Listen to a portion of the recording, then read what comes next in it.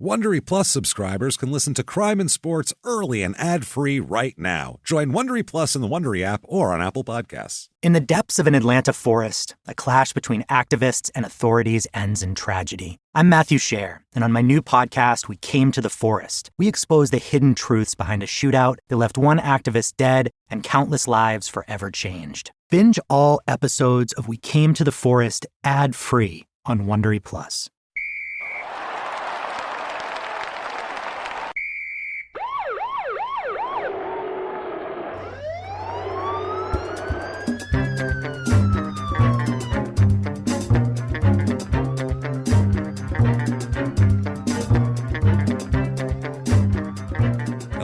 Welcome back to Crime and Sports. Yay! Yay, yay, yay. My name is James Pietragallo. I'm here with my co-host. I'm Jimmie Whisman. Man, are we excited this week. Yes. I'm jacked this week. I am too. Such a fun story this week. Before we get to the story, just of course want to thank everyone for their wonderful iTunes reviews this week. Holy shit. Thank you guys so much. I know we've said it about, what is this, episode 68? We've said it 67 times before, but the iTunes reviews help us so much. Yes. We cannot explain it to you. They really do. They help drive you up the charts, Right. which that's what people see, and that's how it helps us on the business end more than you could possibly imagine. Right. So we really, really appreciate that. If that is not enough for you, if an iTunes review, if you're like, I love these guys, I'll give them an iTunes review, but what else can I do? You can get on patreon.com/crimeandsports, and you can make a donation to us. There's some rewards on there. Yep. Some cool stuff. If you want to make a one-time donation, you can go to PayPal, and our PayPal is crimeandsports@gmail.com. You can do that. We just appreciate the hell out of everything. We appreciate you guys caring. We appreciate the reviews. We appreciate the gifts, too. The people, Yes, so you guys. much. Here's the thing. I never thought, when we started this, I never thought people were going to be so enamored with this show or just give, like it, give or a just shit give a at shit all. and care. And, yeah. But the people that are embracing it for the reasons that I love most. Like the people that are embracing it are the ones that definitely have had problems in their life, and they're tackling them with different things. And the gift that we got this week, I adore him so much. A friend of ours, Jesse Rose, and her boyfriend is Drew, and they live in Alabama, I believe, Mississippi, Hattiesburg, I believe.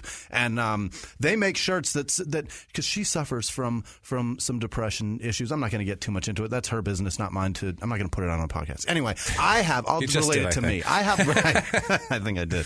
I have my own demons that I deal with every single day, and I saw these shirts that she makes, and I commented to her that I love them. They just say never have a bad day, and I think that's a beautiful little slogan. It's pretty Some cool. people need a little reminder. Anyway, she sent us 2 of the shirts. They're super comfortable, and I love them, and she left a little note with them that says, "Dear Crime and Sports and Small Town Murder, thank you for making my days better by making me laugh until I can't breathe. Nothing eases the bullshit better than laughing at and with you guys. All the love from Hattiesburg, Mississippi." It was Hattiesburg. I was right. Thank you. Jesse Rose and thank Drew. you enough. Never have a bad day. Thanks, and Jesse you can and Drew. find them on Facebook. Never have a bad day tees. Never have a bad day shirts. That's the one. Yes. Find it and buy a shirt from them. They're terrific. Yeah, get them. Help them out, too. They're amazing And they're people. good shirts. They're They're like, great, cool they're shirts, too. They're a couple like hippie kids, young kids, probably Cool. in their early 20s. And They need some weed money. Get them some weed get money. them some damn it. weed and creek money, and let That's them go down right. to the creek and smoke some weed. That is right. Also, too, want to thank Mark Busby for my amazing Pure Foods Tender Juicy Hot Dogs jersey. And it doesn't say hot dogs like Hot some of dog. them say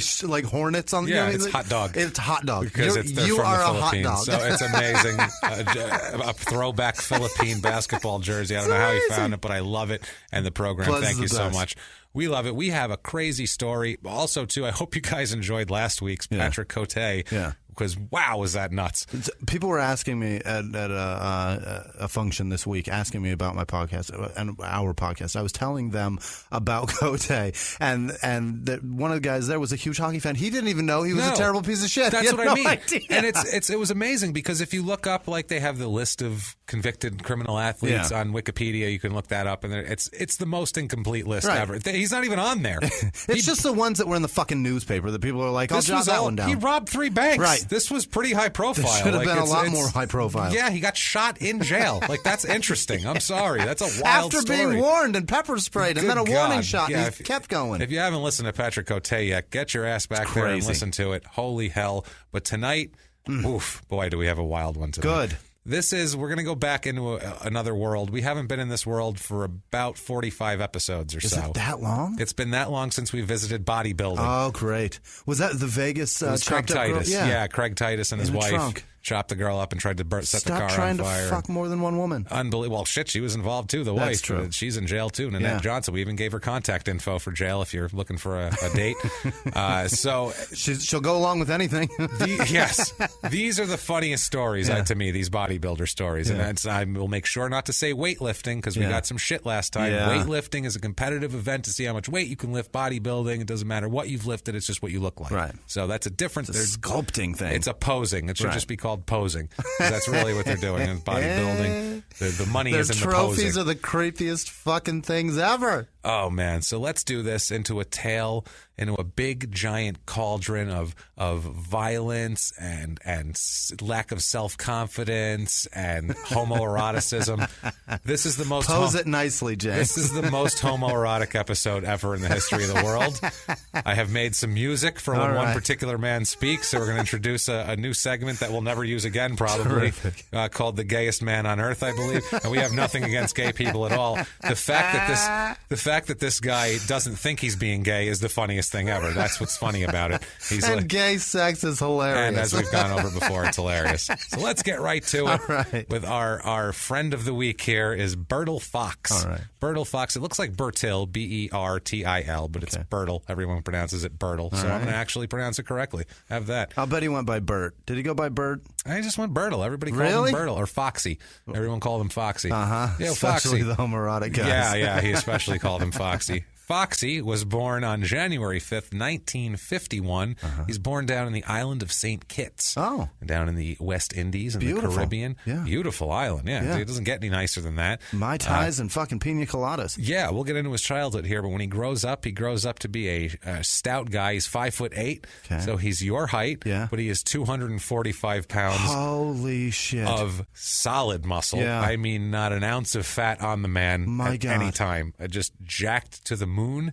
I can't explain how muscular I'm about this guy is. 167 right now because I've been working out. Good for you. Not bragging, totally bragging. But to be that big, I would be the dope. I'd just be eating constantly. Yeah. I'd be fat as shit. I wouldn't even be able to get that big just with muscles. How do you do that? I have no clue. To be this stature and be that fucking wide. Well, you have to be genetically gifted, I think, too, is the thing. I think his genetics are slightly better than yours, I'm going to say. And maybe. he eats mine, too. He eats like a farm of chickens every day. He does. His diet, we'll get into it, it's insane. So many chickens have to die for him to get that big.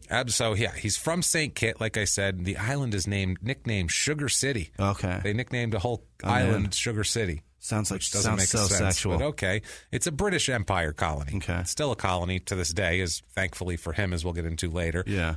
When Bertil was 1, his family moved to London with him. They didn't leave him behind in St. Kitts. His family moved. They left him by himself. Survive. He had to learn to fend for himself at a very young age. Started eating a lot of fish, and that's how he got so lean. First, he learned how to walk. Yeah. And then he was like, okay, now that I can walk, I'm going to support myself. He grew up in Kilburn in North London. Yeah. Kilburn it's a high population of black people from the Caribbean. Okay. That's like the neighborhood. It's the black Caribbean neighborhood, apparently. I don't know if it is now, but it was in the 60s and 50s and 60s. Grows up with both parents at first, has a normal childhood. He's a very skinny kid, real skinny, wiry kid. He's just one of those kids. He's just athletic, familiar. skinny, wiry dude. Yeah. By age 14, his father dies. Oh, no. Bertil's father dies, and it's left his mother and his siblings and him. Bertil, at 14, tries to take over the role of breadwinner. Yeah. But the only jobs you can get at 14 are manual labor. Yeah. You're not going to get a job like, oh, okay, yeah, you can run our bank. Right. Come on in. There's your corner office. We were just looking for a CEO. Yeah. This is so convenient. What do you think about interest rates right now? Like, that's not coming up for you. It's so I don't horny. think at all coming up for you. So instead, interest rates make me crazy. I love talking about finance. Don't you love it? Isn't it the best? So he's instead he gets manual labor jobs, but he found them to be way too physically demanding for him. Surprise. Because he's a skinny 14-year-old kid that shouldn't be doing manual labor work. This is not 1875. So it's a different thing here. He begins working out because he wants to be stronger. He's tired of being a weakling and he wants to work. There are pictures of him looking. It looks Photoshop, but it's not. He looks so young. Mm-hmm. He looks like he's 10, but I know he's not. I know he's like 13, 14. Yeah. But he looks like he's 10, and he's jacked. Really? Ripped. Every muscle popping off of him. He looks like those like ads for like that you'll see like on the internet that'll be like obviously photoshopped like child's face on a body. Like even he's ripped after taking this pill. Right. That's what it looks like. It Some looks bullshit supplement ad. Yeah, it looks ridiculous, but it's actually him. Wow. Like he's ripped. It's insane. He's shy about it at first. He didn't want anyone to know he was training. He was just shy. He's a shy, insecure guy, and we'll get into that. That plays a large role in his crime. Okay. Here. He's still skinny and narrow-shouldered, too, as a small child. He's 14, 15. And we know what those little shoulders do to bodybuilders. It makes them fucking crazy. It makes them crazy. That's like ask Sally McNeil's husband. Your shoulders are not developed enough. Episod 7. Get Sally into McNeil. your shoulders. Get into your shoulders. Or Episode 8. One of those two episodes. Love shotguns and love steroids and a pistol grip shotgun. I believe. The Ballad of Sally McNeil. The worst Valentine's Day ever. The worst Valentine's Day ever. That chicken burnt to a crisp. Terrible. Terrible. You're going to need to listen to that episode. So dry. And we have to go over a lot of the bodybuilding stuff because our old episodes have a lot less people that listen to them than our newer ones. It's like less than half the old episodes have. So we have to explain some things we've already explained. You should really do that. So he's shy, like I said, skinny, whatever. He works out with an older cousin of his and a friend of his named Phil Taupin, who he grew up with. And we'll talk to Taupin a lot over the course of the show here. Is that our guy? And that's not our guy. Damn it. That sounds like a guy like that. What he does, it's amazing. He's an older guy now. He's probably 50-something in this video that I saw in this documentary, but he's still jacked. Mm-hmm. He's not like ripped, but he's still jacked and big, and you can tell he keeps you get that big, out. you better keep on it because you're going to get fat as shit if you stop. That's the thing. So he's still not, he's not in 22-year-old shape, but for a 50-something-year-old guy, you're like, Jesus Christ, he's pretty big, not too shabby here. Right. Taupin, oh my goodness, there is so much homoeroticism, and this isn't the guy I'm going to play the song for. Okay. But he even says something, and this isn't even part of it. He says, quote, "We both loved the sport very much. He must have been just as crazy as I was about muscle. From the time I was a kid, I was always crazy about it, intrigued at having big muscles and looking at guys with great big muscles. Yeah. He was the same." So that's the least gay thing that'll be said all day. The least gay. Bertil gets very, very much into the bodybuilding scene in London. He kind of found a home there because he's not from there. Yeah. His parents are immigrants. Right. And, it's part of the British Empire, but they're still considered immigrants. He's trying to find a place for himself. His dad died. I don't think he was hanging out, had a lot of friends. He was mainly working out. And as a guy, I didn't have a dad forever, so I know what it's like to not have your dad. But that's got to be something super special and super that ruins you because he had his dad there, and it was a normal childhood. He enjoyed his dad, right? Too, yeah. And then his dad's gone, and now he's got to be a man without him. That's got to really fuck you up. And he was trying to, work manual labor jobs too, being which doesn't a real help man, right? Absolutely. Bertil gets very much into the scene. People can see the potential in him because he's 14, 15, and he's looking. They're like, wow, look at how he touches weights and muscles pop out of him. He's one of those guys. If he looks at weights, he's gonna get his triceps are gonna throb. Yeah, he's just one of those guys. Yeah, he hangs out at all the premier gyms in London. Everybody's welcome everywhere. Everybody likes him. Meets a bunch of bodybuilders that he looks up to. Maybe lusts after. We're not sure. We're not positive. But he meets Arnold Schwarzenegger. Really? There is a video, and I have quotes from it later on. There is a video from the early 80s of Arnold Schwarzenegger sitting right next to Bertil saying what a great person he is and what a great guy he is and how much he loves him. It's hilarious. And California voted for that guy. They're like, this guy was a governor and he's sitting there. He's an actor. He's not a judge of character. I'll say not. No, definitely not. He also meets Rick Wayne. Okay. Rick Wayne is a big professional bodybuilder and a famous guy, and he's from St. Lucia, which is near St. Kitts, and he's one of these guys that Bertil really looked up to. Okay. Rick Wayne is our guy who we're going to play this music for. He's black. He's from St. Lucia. St. Lucian. Now Wayne was a professional bodybuilder in the 50s, 60s, and 70s. Tons of competitions. He was 1964 Mr. Europe. Okay. He was second in the Mr. Universe in 1964. Wow. First in 1965 in Mr. Universe. In 67 he won Mr. Universe and Mr. World. Wow. 69 he won Mr. Universe. he was Mr. World in He was killing 1970. it. He was amazing. And you look at him too. He was jacked. He's a good-looking guy. He also too nowadays he got out of bodybuilding in '74 was his last competition, and he got into politics. And he wrote books on bodybuilding and politics. He has a show on the radio in St. Lucia that's a political show. Yeah. So he began writing regularly for like bodybuilding magazines, especially Joe Weider's magazines. Joe Weider will get it. He's the silver-haired middle-aged white man of the group here. Okay. And we've had a few people somehow still ask us again about the silver-haired middle-aged white man. That's the guy who, no matter what someone does, will happily help them get away with it if it makes them money. Right. That's that guy. In short, it's an enabler that benefits. To the detriment of society. Usually, that's what it is, basically. We have definitions for all of this. Always. That's great. Always. So Joe Weider has a muscle empire that we'll get into, but he writes for his Muscle Builder magazine and Flex magazine in the 70s and 80s. He also wrote for Muscular Development magazine in 1994-95. He's written all these books, Rick Wayne. This is great. He's unbelievable. He's written It'll Be All Right in the Morning, Women of the Olympia, Muscle Wars, Pose Down, Muscle Talk with the Champs is the subtitle of that one, and Foolish Virgins. Ooh, I don't know what that one's about. What does it say that women one again? As written by a man? Women of the Olympia. That's hilarious. The Ms. Olympia competition. Written by a dude. Yeah. Because well, I don't think... Empowering. Doesn't feel like he has a lot of interest in them in that way, as we'll get into here. Also wrote Arms and Shoulders Above the Rest, The Body Men, The Body Men 2. Oh, it boy. needed a sequel. It Body needed, Men. I didn't like the way he left it off. It was a real cliffhanger. So I'm glad he listened to the fans on that one. And really Too much did part character two. development, not enough closure. Yeah.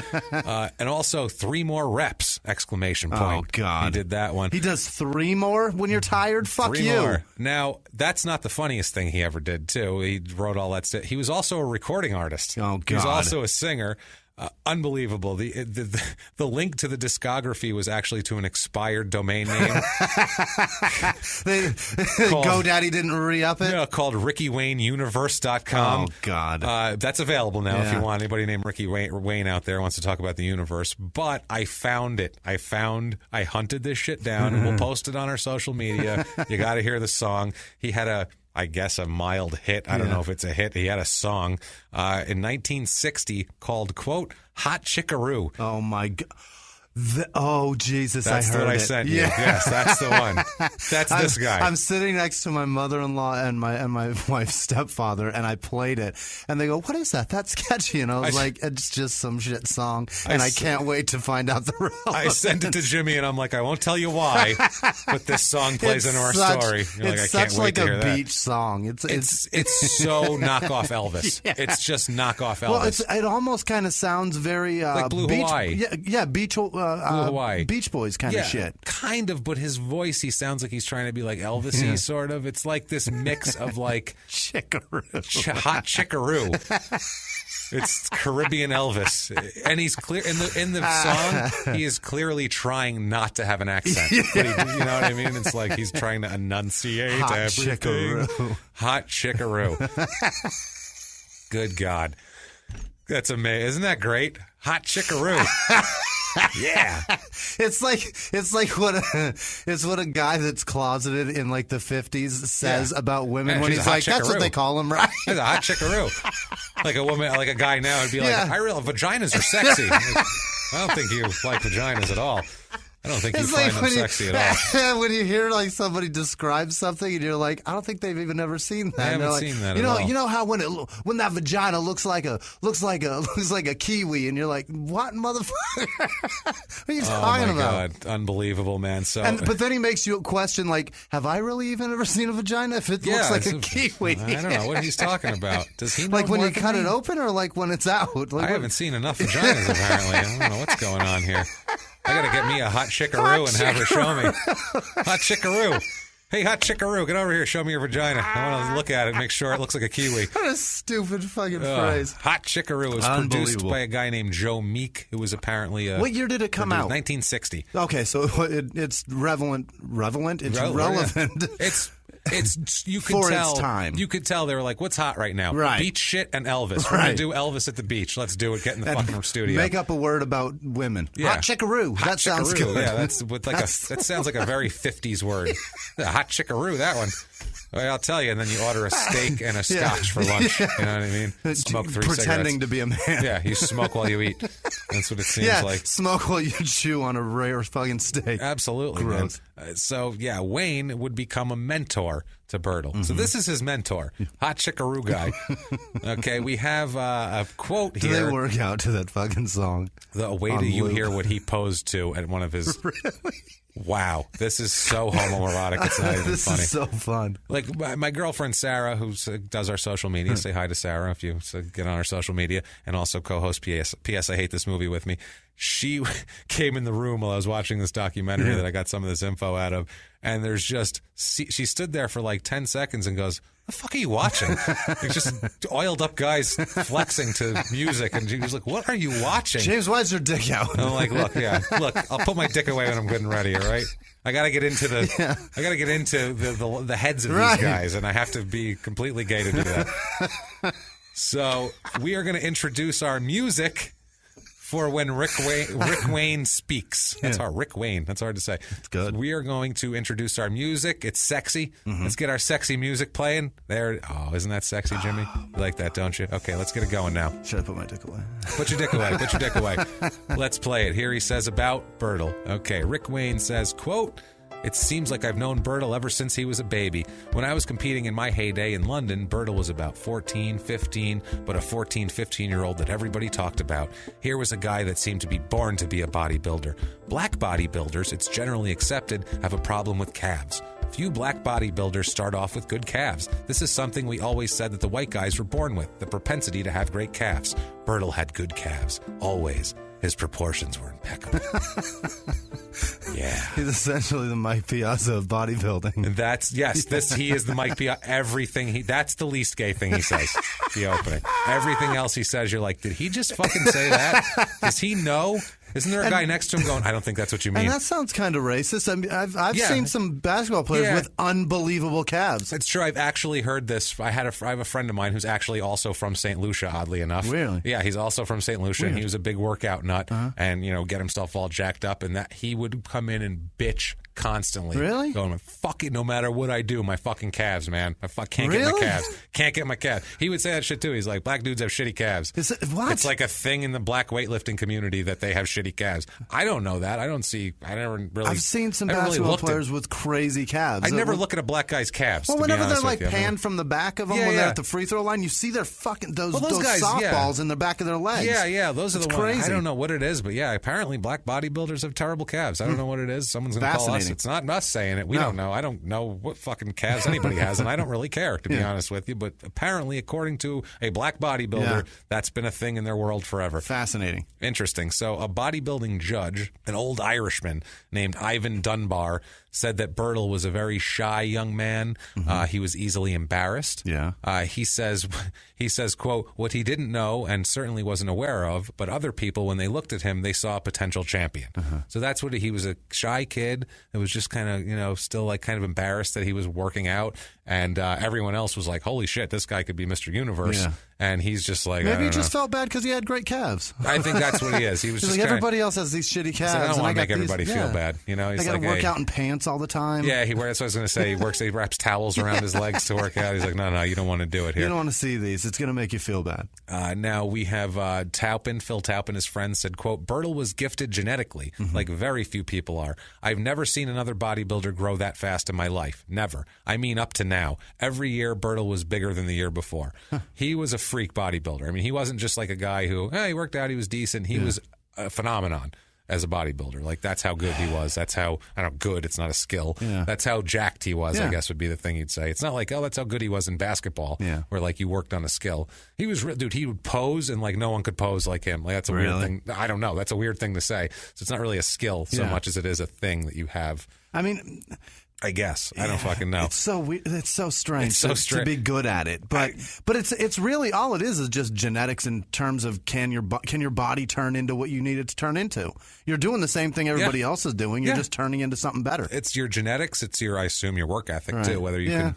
You know, you have to diet exactly the right way and work out exactly the right way. Not go to birthday parties and eat the fucking cake. Not eat the cake, not eat the French fries. You have to be that guy. Guys are so good. I know. But Bertil, he's at home in the bodybuilding world. Latent homosexuality and all. He doesn't care. He's into it. Chicken and eggs all day. That's it, man. Bertil, he is on an insane diet, by the way, speaking of that. Insane diet. How many that we'll calories talk about. is he taking in? He eats 10 meals a day. What? At this point in time. He's just shitting and eating all day. How does he have time to work out? I don't even know how. That's what I mean. His shits have to be. He can't even shit in the. He's got to probably shit out in the yard because it's not going to go down the toilet. He just shits wherever the bench is. He's just shitting all over the bench. But I mean, what is he? It's probably like a fucking. It's got to be so size dense. of someone's forearm, and it's got to be dense. And dense. That's so what I mean. dense. How does he not blow his asshole out with these things? Probably 4 inches wide and dense, coming out like so terrible. Man, coming out like a missile. So fat. Coming in hot. And his muscles, his abs are so strong. Oh, you could fire it right out. He could probably hit you from across the room. Blast it through a wall. Oh, my God. He's fucking toilets up. Watch out for Bertil if he's shitting. He'll boy, blast it through a porcelain sidewall in a second. Absolutely. Also, too, his workouts are sick. He's known, his nickname, he has a nickname, is Brutal Bertil. Yeah. And his nickname is Brutal Bertil because of his workouts. And because nobody's clever enough to think of anything else. They couldn't think of anything else. But they're dumb as fuck. Everybody just said he does the most brutal workouts, and he became Brutal Bertil. That was it. Like that, nobody works out like him. Or they saw what he did to the toilet, and they're like, "That dude's brutal." That dude's brutal. Yo, you see the hole in the wall? Brutal. Little calves and everything. He brutal. Also, too, it went through both sides of the drywall. Yeah, we'll detail the workout actually, in case anybody wants to duplicate it out there. I'm going to give it a shot. You should give it a shot. I'll give it a shot. I'm going to the gym now. I'm working out. You will last about the first 3 reps of this probably, and then you'll die. I would think, and your spine will snap and you'll fall over. And I'd love to hear it. You'll be about the size of a Bertil shit laying on the ground. So he's doing that. He's also begins taking a ton of steroids too at this point because. Yeah. It's one thing you can be in shape and you can be jacked, but you cannot be Mr. Universe level, every muscle bulging out of your body unless you're on steroids. Let's not. You have to have it. Let's not. For a long time, we'd see people, and this is in every sport. Yeah. I remember as a kid when the steroid scandal hit wrestling, because they had Vince McMahon on trial and all that. I remember sitting with my friends going through all the wrestlers being like, well, that guy's not on steroids. Well, that one's probably not on steroids. They were all on fucking steroids. Yeah. We were like, Macho Man's not on steroids. Yes, he is. Yeah. Macho Man weighs $175 when he wasn't on steroids. Like, that's what Bret Hart, we're like, Bret Hart's not on steroids. Yes, he was. He has to be. Look at their chest and abs. They have to be to look like that. We're like, Roddy Piper wasn't. Yes, he was. You see him after steroids, he's half the size. I mean, guys like that. And in baseball, too, you look, well, that guy's not on steroids. Yes, he was. He had 50 home runs 1 year of his career. Every other year, he had 12. Probably on steroids. Brady Anderson. That one was for Brady Anderson. Luis Gonzalez, you son of a bitch. Brady Anderson's the most obvious example, Mr. I think it's Luis because he went for legit 2001 when they won. He had like 48 or something, or 52. It was crazy. 57. 57? As a matter of fact. Okay, the very next year he had like 14. Yeah, but he was also getting old. Whatever. Brady Anderson had like... I don't want to hear getting old. He had 9 months later. No, he had 12 a year, Brady Anderson. He was a leadoff hitter. Like Luis would hit 22 or something before that. He was a leadoff hitter, and then he hits 51 1 year. What are you fucking kidding me? At the number 1 spot? Yeah, no. It's an unnecessary home run. Yeah, so these guys are definitely on steroids. They're all jacked to the moon. 1969, he competes in the Mr. Britain contest, the NABBA Mr. Britain contest. Okay. NABBA is the first... And this is what they say on their website. It's the first and original competition, competitive bodybuilding association. Formed in 1950, NABBA's first Mr. Universe contest was won by Steve Reeves, who actually went on to play Hercules in a shitload of Hercules movies. Really? Yeah. If you're a Mystery Science Theater fan, there's a few of them that he's in that are on there. Like all these terrible Hercules movies. But, and he didn't speak English. It was there mess. a good one? You know what I mean? But these were like low budget, like 50s, 60s, like sci-fi with they were terrible. Like, they made Godzilla look high quality. Like really bad shit. Any Godzilla movie's bad. Yeah. They're all terrible. Top bodybuilders who won the Mr. Universe title include Arnold Schwarzenegger, who won 4 times. Wow. Arnold Schwarzenegger's a big Mr. Universe That's guy. awesome. In the late 60s, I think he was 68, 69, So 70. amazing. Yeah, he was great back then. Bill Burr Now- has the best bit ever about him. Every piece of his life and showing just how amazing he is. He really is everything that every man should ever want to be. The guy's amazing. He is. At everything. He also, groped a shitload of people. Yeah, but he never that fucks wasn't up. Great, though. That wasn't... Well, he groped a bunch of people. Yeah, but I he call it didn't a get fuck caught. up. He got caught. That's how I know about it. It doesn't hurt him, though. No, you know that's what I true. mean? It never hurt him. No. That's one thing. It never hurt him. It might have the didn't help only his thing marriage that hurt any, but- him was when he fucked an ugly housekeeper. That's the only thing that hurt him. That's true. And it still didn't really hurt him. I didn't see the housekeeper. I can't make a judgment on her She was looks. not But- a gorgeous woman. Arnold, I will say this, for a guy that came to America from somewhere else, barely speaking English, he did okay for crushed himself. it. He killed it. He did okay. He became a movie star Yeah. and a governor Yeah. and you name it. I mean, and married a Kennedy. those are ridiculous goals to have, you know? And he was Mr. Universe on top of yeah. it. Silly as shit. He beat that. Yeah. So this 1969 NABBA tournament here, competitive competition, I guess, meet. I don't know what the fuck you call these things. He wins Mr. Britain Jr. first overall. Really? So he's the junior Mr. Britain here. Not too shabby. 1970 competes. He's a junior? Competes in it again. No, he's not a junior. But by title, he's a junior. He's a junior. I think it's. I think there's junior, and I think there's pro and amateur. Okay. And he's an amateur, so I think that's junior. I Gotcha. think that's the way it works. That's how he got his junior status. That's how he got his junior status. There's a junior in here somewhere, guys. No matter where it is, We'll figure will, it out. We'll find a We'll goddamn find a junior. junior. We'll hunt that son of a bitch down, and we will get him. Yeah. 1970 competes again. He's first again. So 2 years in a row. Also by 1970, he has a girlfriend, and he's living with her, and they start having kids by 1970, which he's 19 years old, going on 20. He has a son named Sean. Never really sees Sean much. No. Sean... He's at the gym. Mm-hmm, that's what it toilets. is.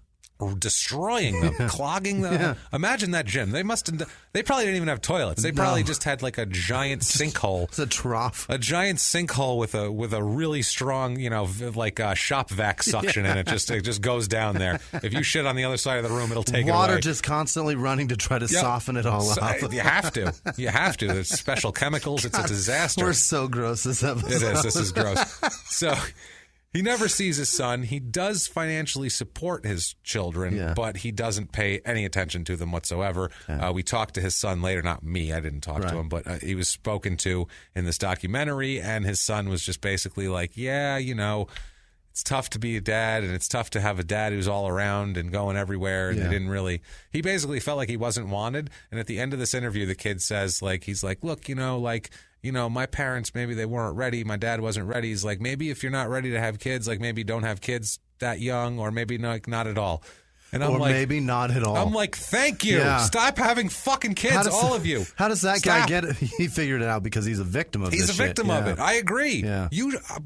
I want you to want it. Yeah. I want you to fucking want it. I want you to have 2 dogs that you've treated like children, like an asshole, and put stupid hats on them and everything, but you've trained yourself. You already have a fucking room ready. Otherwise, I don't care. Pills, condoms, get your fucking tubes tied, snip your ball sacks. I don't give a shit. Have a fucking junkie punch you in the stomach a couple times a month. I don't give a shit. Don't have kids unless you want them. Unless you've actually thrown a birthday party for a plant. That's the only way you get to have a kid. So sick of this shit. Right. Unless you're one of those people who are just like, we just want one so bad, and we have everything ready, and there's already a college fund, then feel free. Have kids. We've got a room painted. Otherwise, and it's no. all the most up-to-date shit. Oh, man. So at the same time, this is 1970, he's winning these competitions. He's getting famous. He's getting a big, but it pays no money. No. This pays no money There's at all. Nothing. So it's worse than comedy. It's way worse than comedy. Takes way much more time. Yes, comedy way much more time. We don't have to eat 10 meals a day to do comedy. I got to eat 10 meals today. I got a show tomorrow night. That doesn't work at all. I need paper and a pen. That's the more hungry and miserable I am, the funnier I am. So it actually works. It's actually a good thing. Don't let us be too successful because then I'll not be funny anymore. Then I'll quit. We'll quit and it'll suck. Give me some money, I'll quit. That's the way to keep them doing it. They need the money. That's what it is. So he is working a regular job at the same time. He's working as a driver for the London Underground, the subway, I guess that okay. is down there. He's like a subway driver. Okay. That's what he is. He's a subway conductor. Jesus. That's his job, and he does that at night. And he's doing the working out and doing the competitions during the day. You will pay your transit fee for sure if that man's behind the wheel. Yeah. What do you get? Giant fuck ticket. You're like, here, punch it. Go ahead. I got two. Jesus Christ. I got two. Yeah, here, I bought an extra just in case. You need one? I got one for you. Let somebody else on for free. Oh, no, I won't go in the bathroom after you've been in there. Don't worry. So working out's his passion, though, and his friends say he bitched about the London Underground job like crazy. He would say that quote, he hates running around the tunnel like a rat. Running around the tunnels like a rat, and he said, "I can't wait just to get out of here." The trains are too light; they're not even a challenge to bench press anymore. Yeah, I'm trying. I pushed a couple over, and I was like, "Man, I tried to do some isometric shit on the side. Everything's so light down here. It's so light, and the bathrooms just do not handle what I have to offer them." But his friends also said that he's just going to keep this job. He just had his eyes on the prize, though. I'll give him that. Yeah. He didn't just say, I'm not going to work. He went in, he worked, and he's like, look, I'm going to do this until the bodybuilding thing takes off, and I blow up and make lots of money, and then I'm never coming back to this shit. Yeah. That's what he said, and he was, his friends were like, he might actually be able to do that. A few miles from the glass spires of Midtown Atlanta lies the South River Forest. In 2021 and 2022, the woods became a home to activists from all over the country who gathered to stop the nearby construction of a massive new police training facility, nicknamed Cop City. At approximately 9 o'clock this morning, as law enforcement was moving through various sectors of the property, an individual, without warning, shot a Georgia State Patrol trooper. This is We Came to the Forest, a story about resistance. The abolitionist mission isn't done until every prison is empty and shut down. Love and fellowship. It was probably the happiest I've ever been in my life. And the lengths we'll go to protect the things we hold closest to our hearts. Follow We Came to the Forest on the Wondery app or wherever you get your podcasts. You can binge all episodes of We Came to the Forest early and ad-free right now by joining Wondery Plus. Everyone out there should listen to Small Town Murder. You really should, mainly because you never know who's next door. And that's the point of this show, really. You never know who is next door. You never know what's going to happen on Small Town Murder. That's what makes it so wonderful. The only thing you do know is that people are going to die, and we're probably going to make jokes about it. That's it. That's all we can promise you. We dig into these towns. We see what makes them tick, from local legends to scandals they may have had. And, of course, the biggest scandals of all, horrible murders that take place there. And we put our, what I feel is a completely appropriate comedic spin on the whole thing. And you know you need a laugh right now. So get in there, listen to Small Town Murder. Follow Small Town Murder on the Wondery app or wherever you get your podcasts. You can listen to Small Town Murder early and ad-free right now on Wondery Plus. And now back to the show. Now, also in the late 60s and 70s, it's not like now. I mean, now it's still kind of like that where bodybuilders are kind of considered kind of weirdos. Yeah. They're a little... I mean, the people at my gym that just, like, you can see that they really focus on it. They're some weird fucking guys. They're weird. And they're weird now. But even now, like, regular people go to the gym. They don't, like, work out to get jacked, but they go to... Back then, regular people didn't go to the gym. Like, you'd go walk around your block if you wanted to exercise or something. You didn't go to the gym unless you were a bodybuilder. Period. Like Susan Powder or something at home. You didn't be like, I'm going to go get some cardio done at the gym. That's not what you did. You just, I'm going to jog around the block if you wanted to do cardio. So they were considered weirdos back then, especially back then. They were like, what are they doing? They're eating all this food. They go to a place and congregate? That's bizarre. And eat food and work out and pose and stare at each other. And this is before CrossFit. This is what I mean. Working out was not just cool for, a soccer mom. This was like... only you had to be a weirdo to work out, and then to work out like this, you had to be extra crazy, basically. So Ricky Wayne, let's fire up the music. Awesome. We got a Ricky Wayne quote here. Oh boy, here we go. This one isn't that gay, but it's funny. But we're still going to play the music because everything he says is him. Here it goes, the music. Boom. Quote, we didn't care that there were people who thought that we were freaks or had security problems. They don't know. Most of them are just unfit, skinny little runts. They're getting their rocks off, these little skinnies, picking on the big guys. That the big guys have no brains and that they're just insecure, bloated up people. What is he even talking about? He's got nicknames for guys that don't work out. Skinnies. The skinnies. Little skinnies. The little skinnies. The little skinny punks. I'm telling you guys. Then he goes on. Let's fire up the music again because this is extremely gay. Ricky Wayne, in another quote here, he says, quote, "Let me tell you this. There's an orgasmic feel and a long-lasting orgasmic feel about working out, and your endorphins and your muscles pump up with blood. So only we can explain to you what it feels like to go to the gym and pump up. Let them laugh. They will never know." That's the same quote that Arnold gave in that documentary where he's like, "When I work out, I calm." Yeah. So it's like calming when you work out. It's fantastic. What all of these fucking weirdos say. Wonder why we think you're weird. I don't know. Because you're basically having the same experience as watching a woman undress, you creep. Yeah. Fucking... You're shitting cinder blocks and saying weird things about your blood and then orgasms. jerking off weird. to your 100-pound barbells, you weirdo. It's so strange. But hey, 1971, he wins Mr. Britain again. Mr. Britain, the NABBA Junior, he's number 1. Also, Bertil wins Mr. Europe Junior, number 1. So look at him. He's a junior. Another junior. Look at that. Now, like I said, he earned the nickname Brutal to his workouts. And wow, his workouts. Let's talk about his workouts at this moment in time. This is what they're saying a typical workout might look like, and this is like what he did here. I don't know what any of this shit means. I'll tell you if I know. If you know, okay. Easy bar curls, 6 sets, 6 to 8 reps, 200 pounds weight. No idea. Max weight. Max weight. Incline dumbbell curls, 6 sets, 6 to 8 reps, 80 pounds max weight. That's where you're laying inclined. Yeah. Dumbbell concentration curls, 6 sets, 6 to 8 reps, 60 pounds max weight. No fucking idea. Barbell preacher curls. I don't know if that's if you grab a little boy and pull him toward you. 6 sets, 6 to 8 reps, 155 pounds max weight. One-arm cable curls, 6 sets, 6 to 8 reps, 60 pounds max weight. Lying extensions, 6 sets, 6 to 8 reps, 200 pounds max weight. Bench dips, 6 sets, 6 to 8 reps, 135 pounds on legs, max weight. Do you know what that is? That's when you take 2 benches, you put your feet up on one, you put like a plate of weights, whether it's, what did you say, 150 pounds? Which one is this? Bench dips? Yeah. 135 pounds 135 pounds, you put that on your thighs and you dip down with your arms. I saw him doing that. That sounds, that's crazy. It's that's crazy. putting a teenager on your lap and doing dips. I saw him doing that. It's Holy nuts. That's shit. what he does. That's, I mean, everyone like marveled at this. One-arm dumbbell overhead extension, 6 sets, 8 to 10 reps, 60 pounds max weight. Oh, God. Push downs, 6 sets, 8 to 10 reps, 250 pounds max weight. And one-arm push downs, 6 sets, 8 to 10 reps, 100 pounds max weight. Good God. Holy shit. That's so much weight.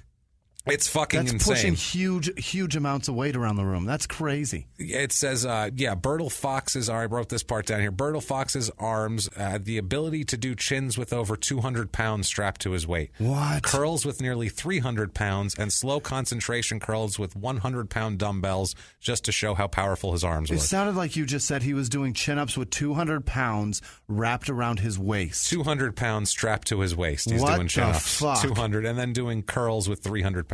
I'm doing like 10 chin-ups with my body weight, and it fucking hurts. Yeah, no, he's 235 plus 200 pounds, and he's yanking him. That's he's what I mean. He's yanking 435 pounds upward. It's fucking nuts, is it not nuts? God. This is the craziest thing I've ever heard in my life, and that's why everybody was like in awe of him, because they're like genetically, clearly he's superior. So superior, and then on top of that, no one works out like him. No, he's brutal. Look at what he's doing. That's ridiculous. It's wild. On top of all of this, to fuel this, he eats 10 times a day, like we said. Yeah. Eats 10 times a day. Here's a little story from a guy who went to see him. It was a reporter that went to talk to him and spend a day with him. And he gets to the hotel room, and he was stuck in a hotel room, basically needed to order some food. Yeah. It was the morning.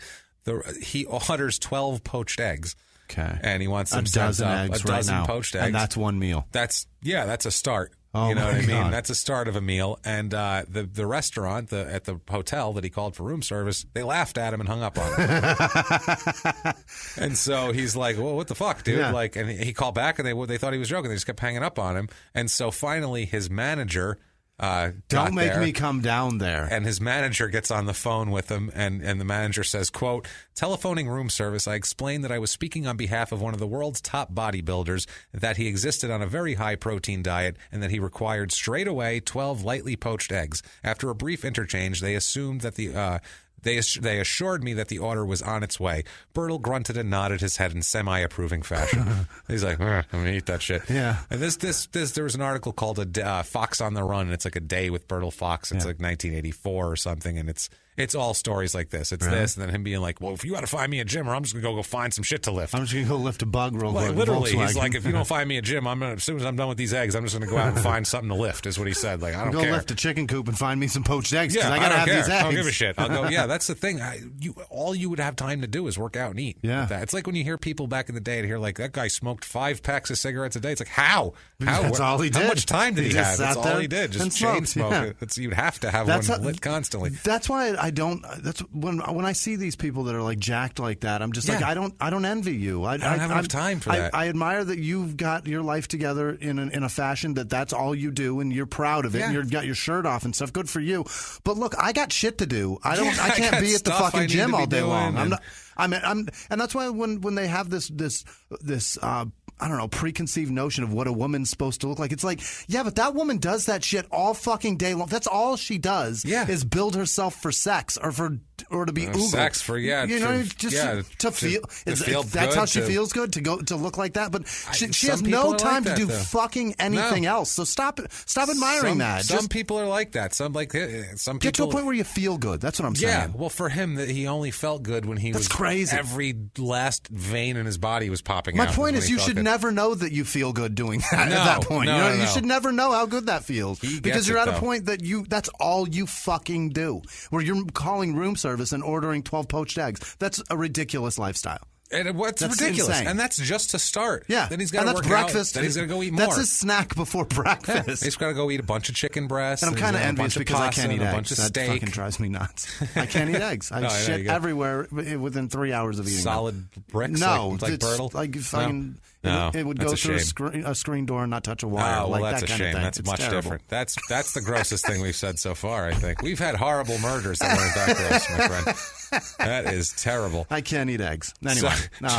Poor Jimmy can't eat eggs. And poached eggs are amazing. They're my favorite ones. Well, he likes them. 12 of them at a time. That's crazy. That's just so much food. That's just a start, though. And how do you, thinking about looking that on a plate, that's so much eggs. Where do you even start with that? I figure he just puts them in a big pile and just sticks his... He doesn't even hold it. He just holds his fork like a 4-year-old. It's got to be gross. He just digs in and nails it. Yeah, with his hand. You make a fist around the handle? That's what he's doing.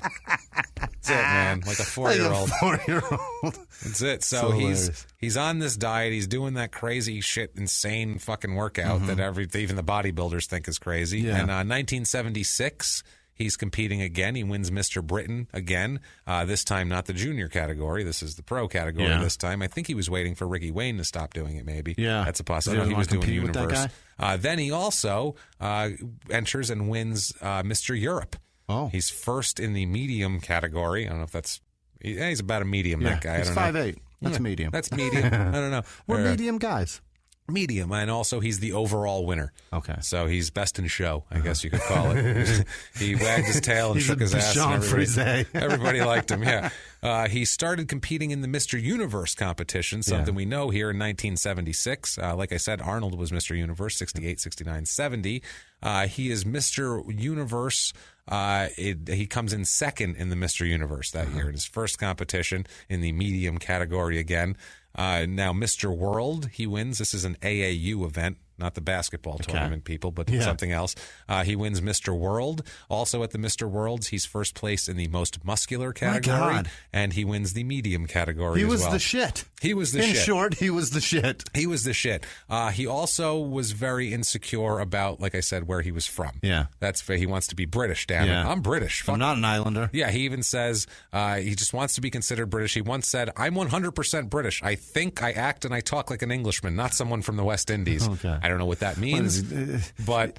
the West Indies are amazing. There's a lot of people from the West Indies that are worth the shit. They don't eat 12 poached eggs down there. No. You know what I mean? They can't afford them. They pay with them. Oh, my God. So, Jesus Christ. I would like 2 shirts. That will be 7 poached eggs. Yeah, I'm telling you, man. Now, in 1977, Mr. Universe, the amateur competition, It's a close competition between Bertil and another bodybuilder. Last name is Newberry. Okay. Now, this Newberry was more experienced. He'd been around a while more, and he was kind of the favorite, even though Bertil was like the up and coming. Like he's the guy who's the most talented, obviously. Bodybuilders describe, this is a couple of them describing Newberry, and it's the gayest thing I've ever heard. Here's this one guy. This is not Ricky Wayne. We'll get to Ricky Wayne in a second here. He says, quote, Newberry looked very good, very sharp, very muscular, very classical, beautiful package. But I'm getting goose pimples now just thinking about it. Ugh. That was a grown man. And he said it just like that, like longingly. He stopped. He went, but I'm getting goose pimples right now just thinking about it. Thinking about his classical, beautiful package is getting goose pimples. Know what you're saying. Be aware of what the fuck you're saying into a Self-awareness camera. goes a long way. Into a camera. Wow. So during this competition, Bertil is insanely popular. Yeah. He just comes out and he's jacked. It's just ridiculous. During the judging, because they're all waiting there, they have the top 5 guys on stage. Yeah. The crowd starts chanting for him. Like the crowd is chanting. For a bodybuilder. Wait till you see later on, they get up in the middle of his poses. Like he'll do a pose and half the crowd jumps up, like standing up, like a guy. He gets a standing O for a fucking... Like a guy did it, not even at the end of his thing. Right. Like he'll turn and hit a pose and people jump up like a guy hit a 3-pointer with 2 seconds left. Like they're like, oh shit, oh my God. Like they got did you money see his on the pecs? game. It's fucking unreal. I don't know what constitutes that. It's like when people get really excited about dancing and they're like, did you see that? I'm like, I don't know if that was good or not. I don't know if dancing's good. I don't know what dancing is good. He didn't fall down, so yeah, I guess that's good. That's amazing.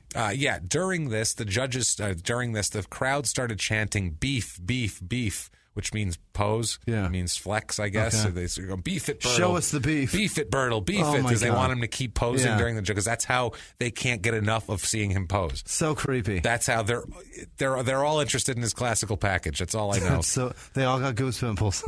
Man, they want him to pose and show off his beautiful package. So then the crowd, all of his supporters rushed the stage, and they're like on top of the judges to get close to Bertil to chant at him more. What the fuck? So the judges are super uncomfortable, and they're scared. Like they're like, well, he's got to win, or else they're going to kill us. Basically, we're surrounded by people screaming and chanting. It's like a comedy contest. A man posing.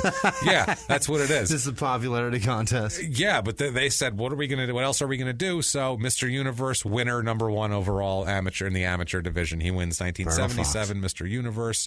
In the medium category, and he's also the overall winner. Okay. I mean, he should have probably won anyway, but he was winning no matter what. His calves were killing it. Fucking calves, man. I'm telling you.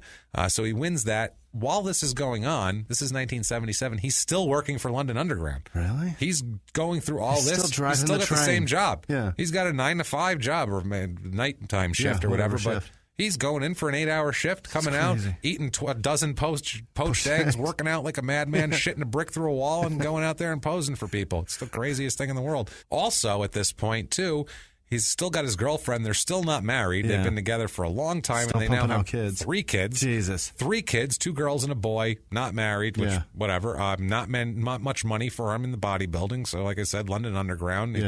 The elite level, there's money in bodybuilding, apparently, but not at the amateur level, He's still a dumb musclehead. That's it, yeah, with a classically beautiful package. I like how people are like, muscleheads can be brilliant guys, too. It's like, this guy worked for the railroad. It's true. He was working on a train. He was driving. It's not so much as he can take a fucking wrong turn. You know what I mean? Yeah, he's not Dolph Lundgren who got a scholarship to MIT. Right, You know what I mean? exactly. That's a muscle guy who is That's brilliant. Brilliant. Right. This guy's not brilliant at all. No, he's Still not a dummy. brilliant. He's pretty. He seems like an idiot, honestly, when you talk He to him. can't make a wrong turn. He drives a fucking train. So you don't get much money in bodybuilding, but you do get groupies. Yeah. That's one thing you do get is groupies, and he enjoyed the groupies. Really? He loved the groupies. He's got abs, this fucker. He's ridiculously physically he's perfect. I mean, and he's a good looking guy too. Like in the face, he's a handsome dude. Yeah. Like he's not a ugly guy with big muscles. Like he's not Dolph Lundgren. No, he's a handsome cat. This guy, like especially for the 70s, like he's a handsome dude, man. So he's going out with all these women, bodybuilding groupies everywhere. Girlfriend and 3 kids at home, Jesus. London Underground at night. He's got a lot going on, man. So much. That's a lot of time that he's invested in all of this shit. You know what I mean? Like, he doesn't have a free minute in the day. No, he doesn't. I don't know how the hell he does it, honestly. I don't know how you could.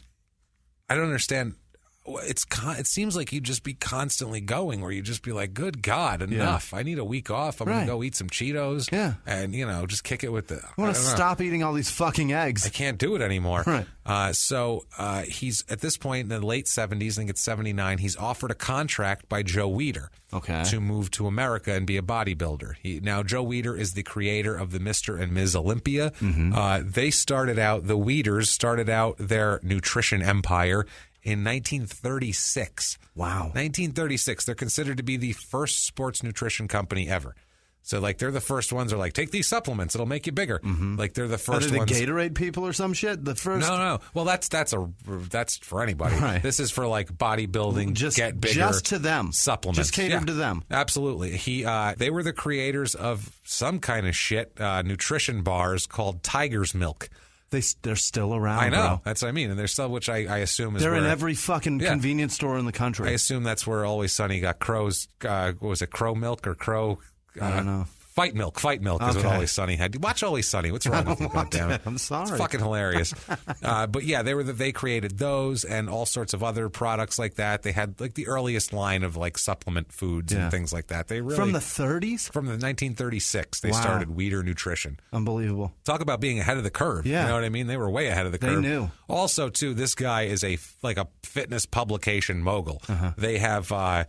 Jesus Christ! They started out in 1953 with these publications called Your Physique, and that became Muscle Builder, and then Muscle and Fitness is what's out still now. That became that in 1980. Also, Mr. America, Muscle Power, Shape Magazine, Fit Pregnancy. Oh my God! Oh boy!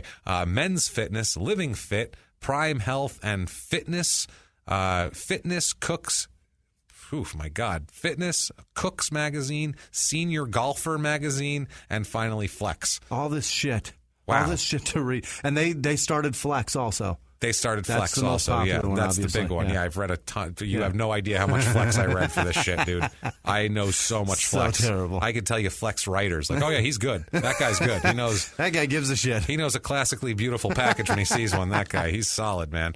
Also wrote books, including The Weider System of Bodybuilding in 1981. So they were like the standard, bodybuilder guru mogul guys.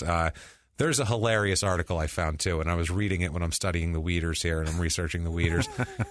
And the article is like, has the devil brought Joe Weider success? And I'm like, what the fuck is this? What? I thought he was like a criminal or something. Yeah. I'm like, oh, this will be interesting.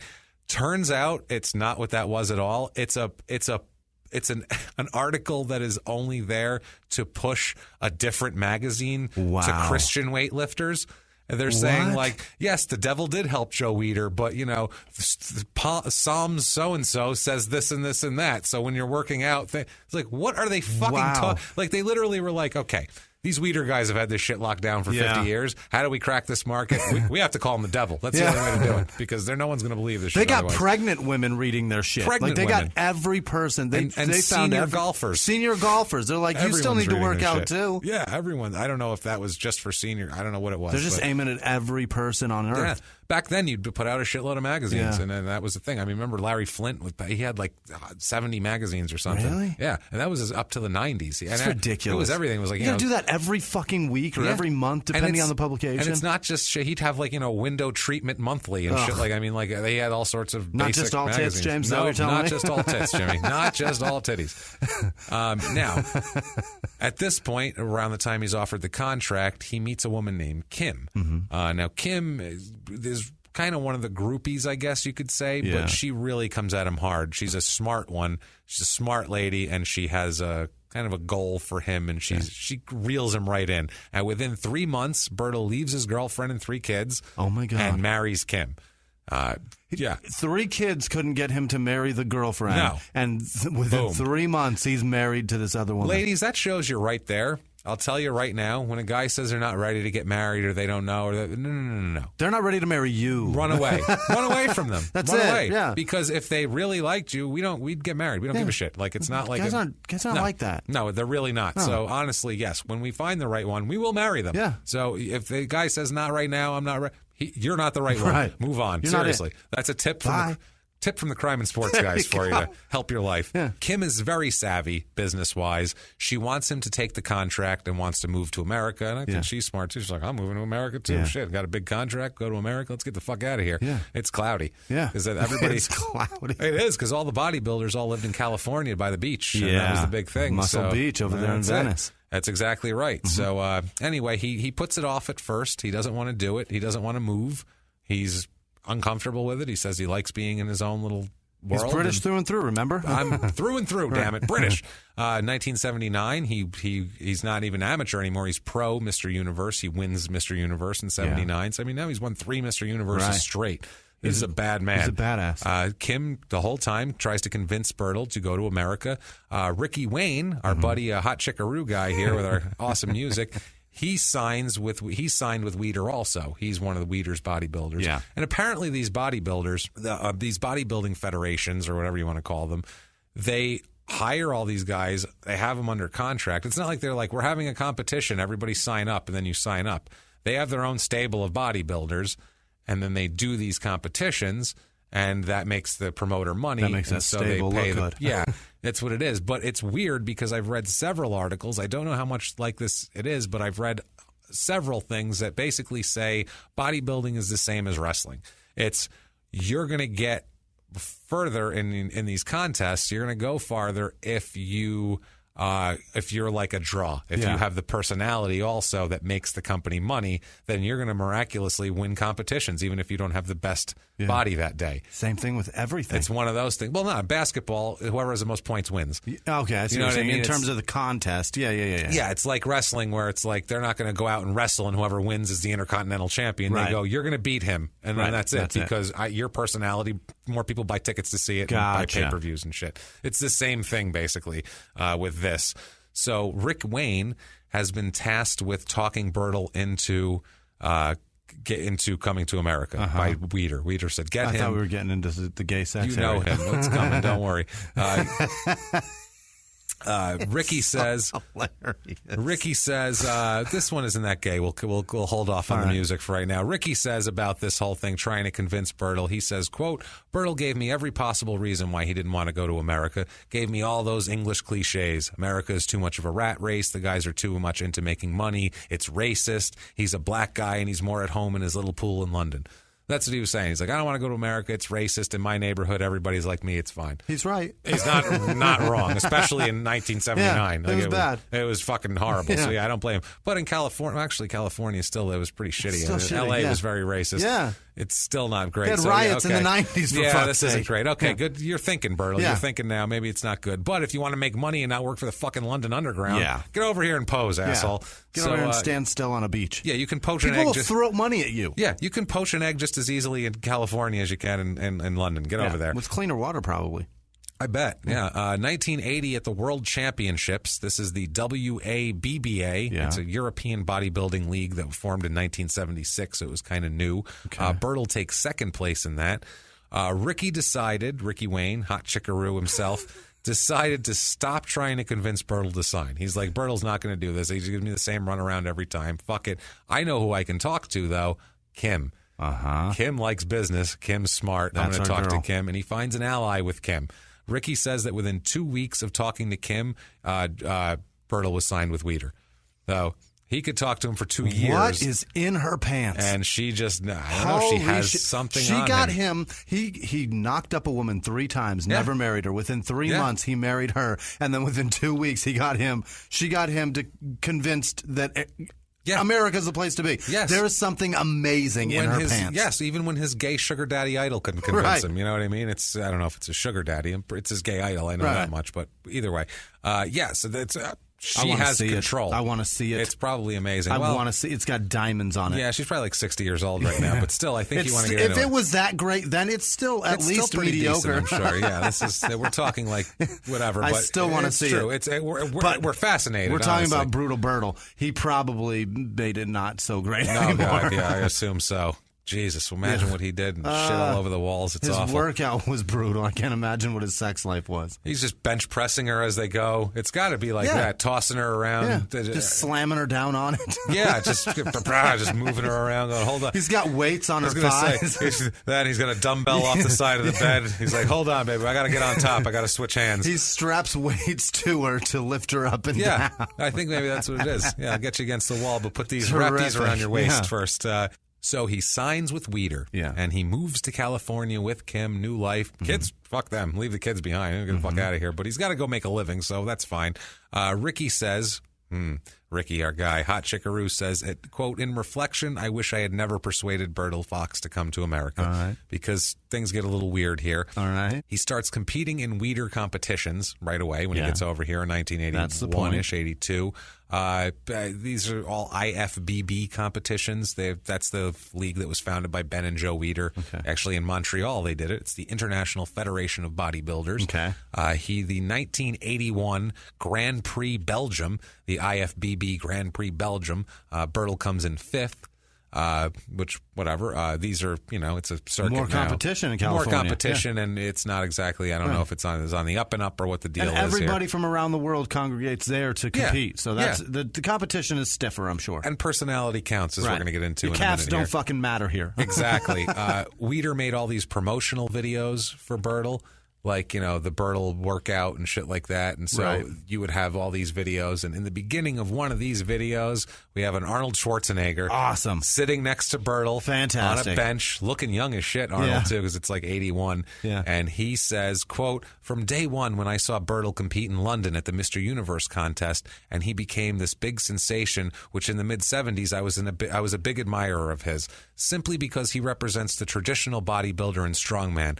I think he is the new bodybuilder. He is like the big time of the day. Yeah, that was the worst Arnold accent I ever heard. I will not do a fucking Arnold. I'll do everything else. I will not do a fucking Arnold. That's the worst Arnold impression ever. Yes. It sounded exactly like James Pietragallo. Yeah, I am not a hack, so I do not do Arnold Schwarzenegger in any capacity, even joking around on a podcast. I like it. Because if you do Arnold in public, you are a fucking hack. Just to let you know, you are a hack. Fuck, if you do it if you do it for your friends, it's fine. If you do it in any comedic capacity on a stage or into a fucking microphone, kill yourself. It's fucking been done a million times. Yes. It's over. There's a lot better impressions than you, too. Guaranteed. You're essentially just doing an impression of somebody else that does a better impression. Listen to Pablo Francisco's and then go, am I as good at that? Am I as good as him at it? Probably not. You're not. Stop. Shut the fuck up and Never go away. do it again. Never do it again. So, yeah, he's over there. 82, the Night of the Champions, an IFBB tournament. He comes in second. Mr. Olympia, 1982. He's finally in the Mr. Olympia. He comes in 8th in that in 82. In 83, he's in the Grand Prix Sweden. He comes in 4th in that. These are all IFBB tournaments. Yeah. He comes in 2nd in the Grand Prix Switzerland. God, this has got to be depressing to him. Yeah, he's used to killing it. He is. You know what I mean? Yeah, that's the thing. And so we get to, and this is the main one here, we get to 1983 in Munich. It is the Mr. Olympia contest. Fucking Germany. And this is Bertil's year to win it. This is going to be the year that he wins it. He comes out on stage. Second he walks out, the fucking crowd erupts like it's insane. Like like a sporting event. Like the Super Bowl winning quarterback just came out of the tunnel. It's insane. They go, and people stand. They're like, holy shit. There's people standing. And like I said, every time he hits a pose, they're like, yeah. Wow. They're like screaming. It's like, whoa. I can't get over this. But he comes out through the huge applause. He's got a smile on his face, and the curtains dropping behind him, like to cover the backdrop. Yeah. And the music starts up. And what do you think is playing besides Hot Chickaroo? What do you think is playing? I have no idea. He begins in what year? 1980? 83. 83. Was it something Michael Jackson? No. He begins to flex, and as he begins to flex, sexual healing comes on. No way. When I get that feeling, and he's fucking flexing, and the crowd's going, yeah, and he's just sexual chocolate, just banging it, and he's fucking flexing away.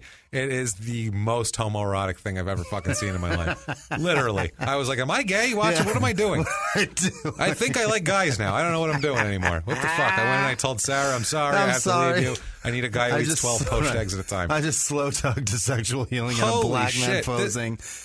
glistening. Like, it's been gay, and we've said 100 times over this, we have less than no problem with fucking gay people. I've officiated a gay wedding. I don't care who you fuck. It's great. I couldn't Knock care yourselves less out. how you come, but I will laugh at it. But Because it's been gay up to this point. Yeah. It's been one of our gayest episodes Yeah. up to this is now gayer than Liberace blowing John Travolta at this point. That's what this is now. This is the gayest thing I've ever fucking encountered.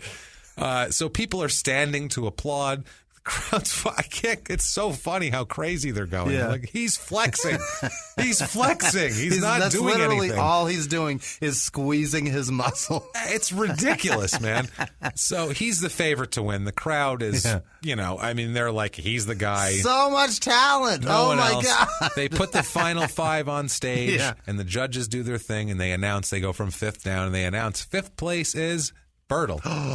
Yeah, he does not look fucking happy at all. He goes from my smiling to he's like, fuck just happened to me. You see the look on his face, like, the fuck just happened? And the dude hands him the trophy, and he like shakes his hand, but he's looking at him like, yo, man, seriously, I'm 5th? Like, he is pissed.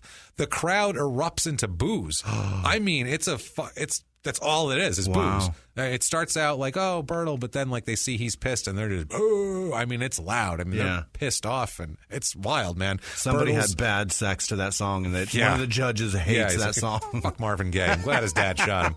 I think this is around the time his dad shot him. Probably. 83-ish, yeah. So the Bertil's just pissed off. You can tell he walks away. Everyone said that he should have won that year. Yeah. Everyone. Like, they were like, oh, no, he won that year. That's ridiculous that he came in 5th. Not even 2nd, 5th, you know what I mean?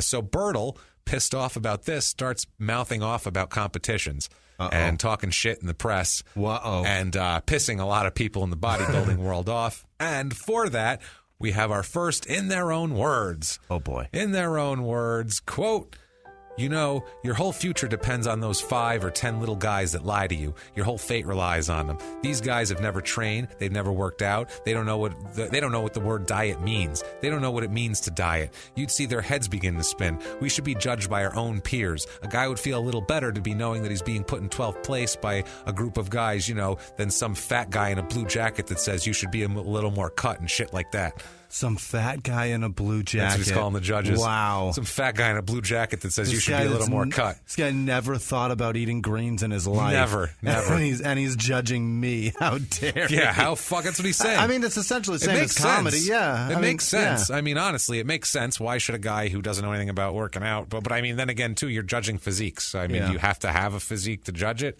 I don't know. But I mean, I think he's saying you don't know, they would know if they worked out, oh, he looks more cut than him, but look at the definition on his triceps. They're bigger, and he's like bodybuilders would look at it a different way. You're comparing that guy to that guy. That's what you're supposed to be doing. But Yeah, but he was saying they would take other shit into whatever. Now, the judges, there's a judge that we talked to. The judge says that they take personality into consideration. Yeah. It's not just how you look. Your personality counts. It's like they say how Arnold Schwarzenegger back in the day leaped out at everyone. They were like, he came on the stage and immediately you were like, whoa, he said you were more engaged with his personality than his muscles. Yeah. He was like, he got the crowd on his side like that.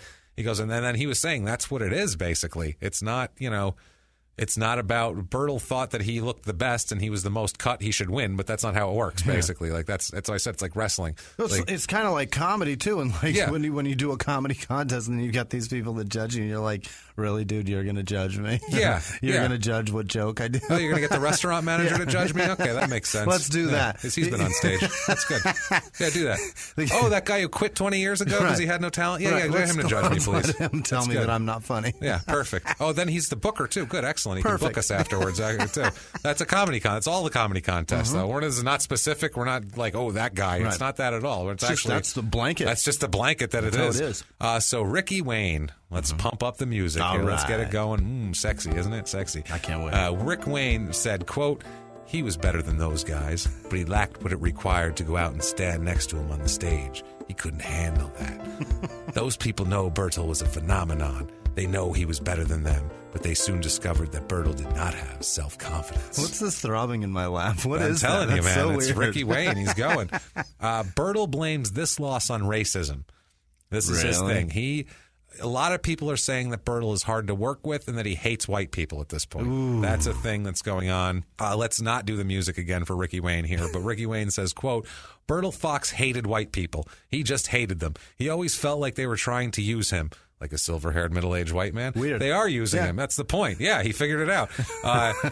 The guy was in a sport that was controlled by white people. Joe Weider's white and Jewish. The people that own the magazines are all white. Joe Weider, he owns everything. Bertil was wrapped up in an inferiority situation where whites were concerned. So he was always, and I don't know if growing up in England was I don't know how that works. I didn't grow up in London. I hope he's not that guy, the one that just pulls that one every time that he's slighted. You know what I mean? Anytime he feels like he was slighted, he's like, it's because I'm black. Well, I mean, a lot of times that is the case, I'm sure. But yes. Not every time. Not every time. No. Well, let's let him. Sometimes a loser loses. That's all I'm saying. Well, let's let him explain himself here. We have it in their own words. It's perfect for this. In their own words, quote, I have never told him that. I am no bloody racist. You know that. Please, if you write anything from these letters, please put that straight for me. Most of my friends are white, including girlfriends. He was in jail at that point going, hey, come on. What the fuck? I'm not a fucking racist. What are you talking about? That's what a racist says. That's what white racists say. That's what all racists say. Most of my friends are that color. That's like a white guy going, I fuck black girls. I've officiated a gay wedding, but I really don't care. Some people fuck that race because they want to feel like they're doing some good. Yes. Getting back at them. Interracial porn, you know where it is most outside of the U.S. watched? You won't know this. It's most watched in the South. Yeah, it's the funniest fucking thing. It's like, you hate them the most because you want to fuck them. That's all it is. And you're embarrassed about it for some odd reason. And you're afraid that they're better than you. And that's the thing. That's what it is. That's what most of it is, that inferiority complex. He's so insecure, this guy. Sad. It's so insecure, and that's going to be his ultimate downfall. He starts getting nasty with Kim, incidents of domestic violence, some smacking her around. Yeah. There's an incident where he asked her to go to the grocery store to get him things that he shouldn't have been eating. Yeah. Like he said to one time to go get him 2 big cans of cashews, which he can't eat because of the too much salt. Oh, he can't have the salt. So but it's the good fat. It's the good fat, and the protein's fine, but he wanted salted cashews. And she said, you can't have salted cashews. So he beat the shit out of her for it. Wow. For not getting the cashews. In the 1980s, a rosé swept the country. Hey, Mike, I really like this White Zinfandel. Well, good. Now put it down. I'm going to try another one. White Zin became America's top-selling wine. But most don't know that this sweet drink has a sour history. What began in 1986 with counterfeit bottles, A big fraud, a multi-million-dollar fraud, sent investigators chasing one of the most powerful families in the business, the Licciardis. But the closer the feds got to them, the more dangerous things became. It's a story of deceit. At the time, I was paranoid. Threats. You touch my kids, I will kill you. And murder. with a .22 caliber bullet to the head. What started with a scheme to mislabel wine spilled into a blood-soaked battle for succession. Welcome to Bloodvines. You can binge listen to Bloodvines exclusively and ad-free on Wondery Plus. Join Wondery Plus in the Wondery app, Apple Podcasts, or Spotify. Behind the closed doors of government offices and military compounds, there are hidden stories and buried secrets from the darkest corners of history. From covert experiments pushing the boundaries of science to operations so secretive they were barely whispered about. Each week, on Redacted, Declassified Mysteries, we pull back the curtain on these hidden histories. 100% true and verifiable stories that expose the shadowy underbelly of power. Consider Operation Paperclip, where former Nazi scientists were brought to America after World War II, not as prisoners, but as assets to advance U.S. intelligence during the Cold War. These aren't just old conspiracy theories. They're thoroughly investigated accounts that reveal the uncomfortable truths still shaping our world today. The stories are real. The secrets are shocking. Follow Redacted, Declassified Mysteries on the Wondery app or wherever you get your podcasts. You can listen to Redacted early and ad-free right now on Wondery Plus. And now back to the show. So that's what I mean. He's roiding like crazy, too. He's roiding. He's angry. Yeah. He thinks everyone's out to get him. He's on roid But rage and he wants cashews. He's a 5'8", 250-something pound man. He is a tank and a cannon for an arm. I don't care. That's the thing. I don't care if you Don't can throw people. a punch when you're that big. It doesn't matter if you can throw a punch. No. Your hand is heavier than a face That's the can thing. tolerate. And he's pushing this poor woman around. It's ridiculous. He would have fits of crying and depression because he was sorry after he beat her up Of like that course. because he was having roid rage. You feel like an asshole. That's what happens. I hear that constantly with the roid rage shit. The guys will rage out like that, and then when you hit a woman, they they can't come back to normal. They can't take a punch from a dude. Like, no, this girl general was, women this woman, can't take. She was a small woman. Like, even watching girl fights, I feel bad. I do too. Because they look so. She wasn't. It's going to sound terrible, but they look so stupid when they get hit. It looks so sad. It does. It's sad. So sad. You're not meant to get hit. It looks like unless you're. I don't like watching like women's MMA fighting. It's hard to watch. It's hard to watch because when they take a punch, you're like, I don't like that. That actually. doesn't look good. I don't want to watch. No and I know girl. that. I guess that's sexist, but I was raised that you shouldn't see a woman's head get rocked back from a blow to the face. Like that's how I was fucking raised. You know what I mean? So it's uncomfortable after years of programming. And that's coming from an Italian guy. Yeah, exactly. I was raised by Italian women who were the violent ones themselves. So you don't hit them. I don't like seeing a woman get hit. It looks. I've seen my mom get hit, and I still feel rage whenever I see a woman get hit. I'm just like, that's not supposed to fucking happen. It's bad. So he would do this, and he'd feel horrible. His friends called him a ticking time bomb, which is terrible when you're a big giant monster.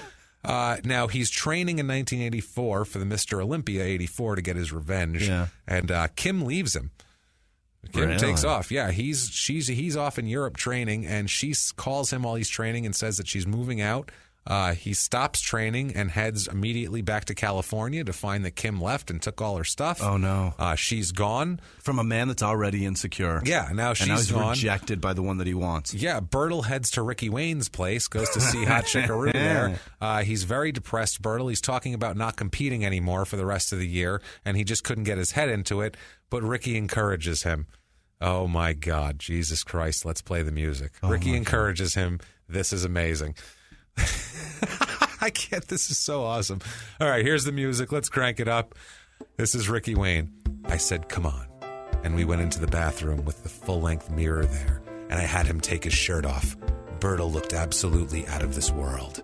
I had him doing his most famous pose, which was the most muscular pose. He went from pose to pose, arm shots, back shot, out of this world, abdominals and everything, and doing it aggressive, the sweat pouring down his body. Finally, he toweled himself off and put his shirt on. I said, but you look fantastic. And then he said, now where's the pussy? And I said, but you look fantastic. That's amazing. That's a guy that craves it. And he can't have it because he feels terrible. And the way he says it, I am not far off. Like he doesn't quite have the throatiness with it. But the rest of it, the way he says it, arm shots, back shot. Out of this world. Like he's just like finally the sweat pouring down his body. Why was he sweating in his bathroom? From flexing. Right. He was flexing and so much pouring, the sweat was pouring off of him. Aggressive. Jesus. Oh, man. So Bertil walked into the living room and he said, you know, it's funny. This is his version of I Can't Quit You. This is amazing. Bertil said to Ricky Wayne, you know, it's funny. I only look that way in your mirror. I don't look that way in mine.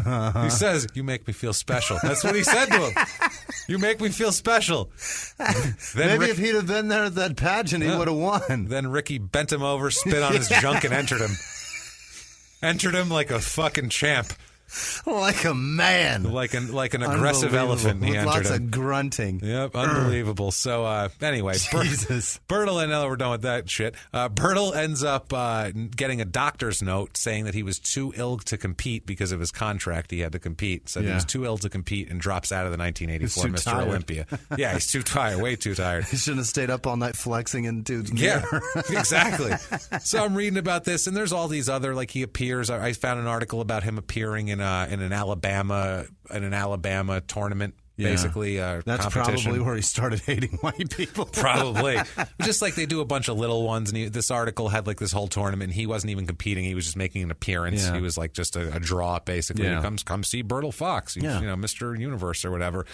So I'm looking at this. It's in June 12th, 1984, in the Alabama, the Gadsden Times in Gadsden, Alabama, about this boring competition that people I didn't give a shit about. There was some picture of this lady posing, and I'm looking at that, and it's interesting, I guess, but I was distracted by the sales.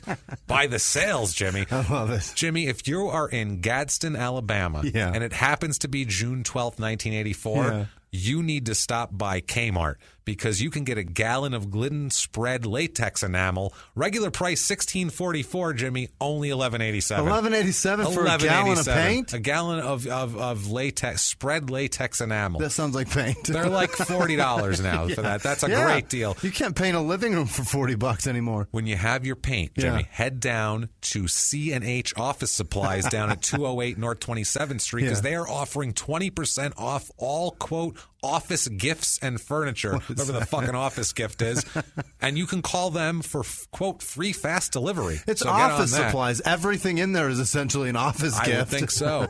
But finally, now you've got your paint, you're ready to do your thing here. What you really need to do after that is get to Radio Shack. Yeah. Get there because you can get a TRS-80 pocket computer with 8 bits of RAM. What the fuck is that? It's nothing. What's a pocket computer? A pocket, it's like a calculator that you can make programs on.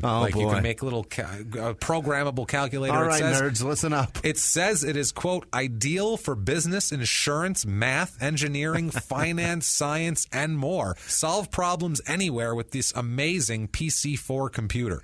Solve problems everywhere. I don't know. Only $69.95, which doesn't seem bad because I found one on eBay now from then, and it's $99.95. Wow, now. It's gone up. It's valuable. It's $30 more expensive that pocket than when PC. It was. Yeah, apparently it's solving problems out there still. Apparently, if you were a nerd in 1984, that was the shit. Like, you could program things, and it was cool. I don't fucking know. But moving on to the 1984 World Pro Championships. Yeah. He comes in 5th place there. 1986 Mr. Olympia comes in 7th place there. So it's sliding. That's what it is. Down. It's going that's bad. So sad. 87 Grand Prix Germany, 9th place. Night of Champions, he gets 7th place. Mr. Olympia 1987, he gets 12th place. Ooh. That is last. Really? That's last. There's 12 in the so that's last. Wow. Bertil is asked at this point what keeps him going when he's not winning anymore. Like, what the fuck? Like, ouch. What do you keep doing? That is the worst question to be asked when you're an athlete. It is. He says, in their own words, quote, it's love.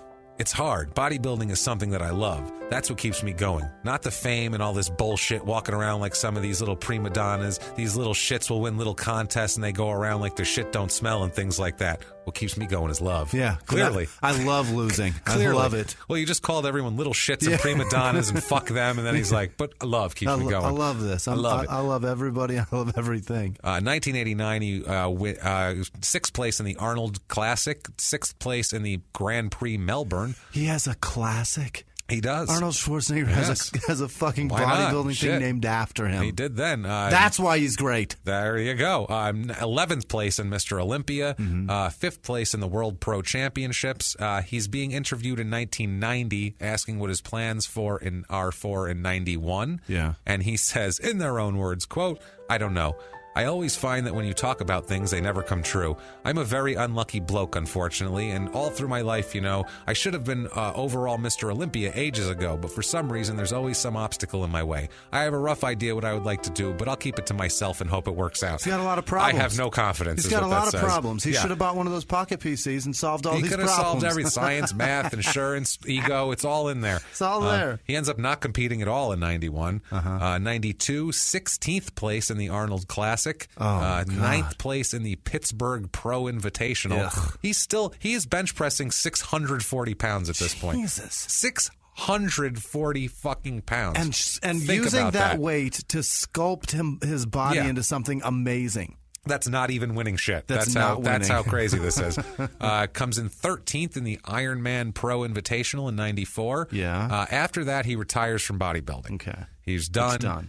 13th place, 12th place, I'm done. He retires and moves to St. Kitts. A guy that's already insecure he has to retire because he's not winning anymore. Yeah. His inferiority complex has to be ridiculous. Huge. So he moves to St. Kitts, and literally he moved there so he'll be a big shot. Yeah. That's why he moved there. Yeah. Because on the island has less than 40,000 people on it. Okay. And he's a major celebrity that's from there. So you're going to automatically be the hot shit of the island if you go there. So, and he's the biggest one there. Absolutely. So he can biggest. Fight anybody that's more important. Yeah.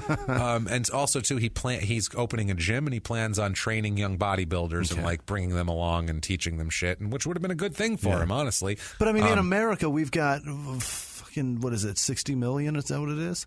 Or 300 million 350 people. million 350 60 million. What am I doing? 350 million people. And how many people you think there are in this country that are bodybuilders?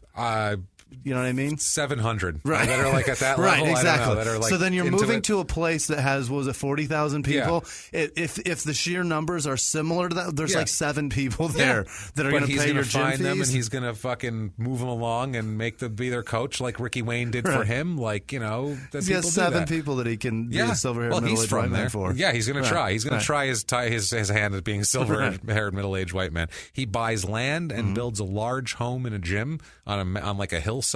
Okay. There's nothing anywhere near it. Right. It's just this house sitting on a hillside. Looks so like he figured out some money somehow.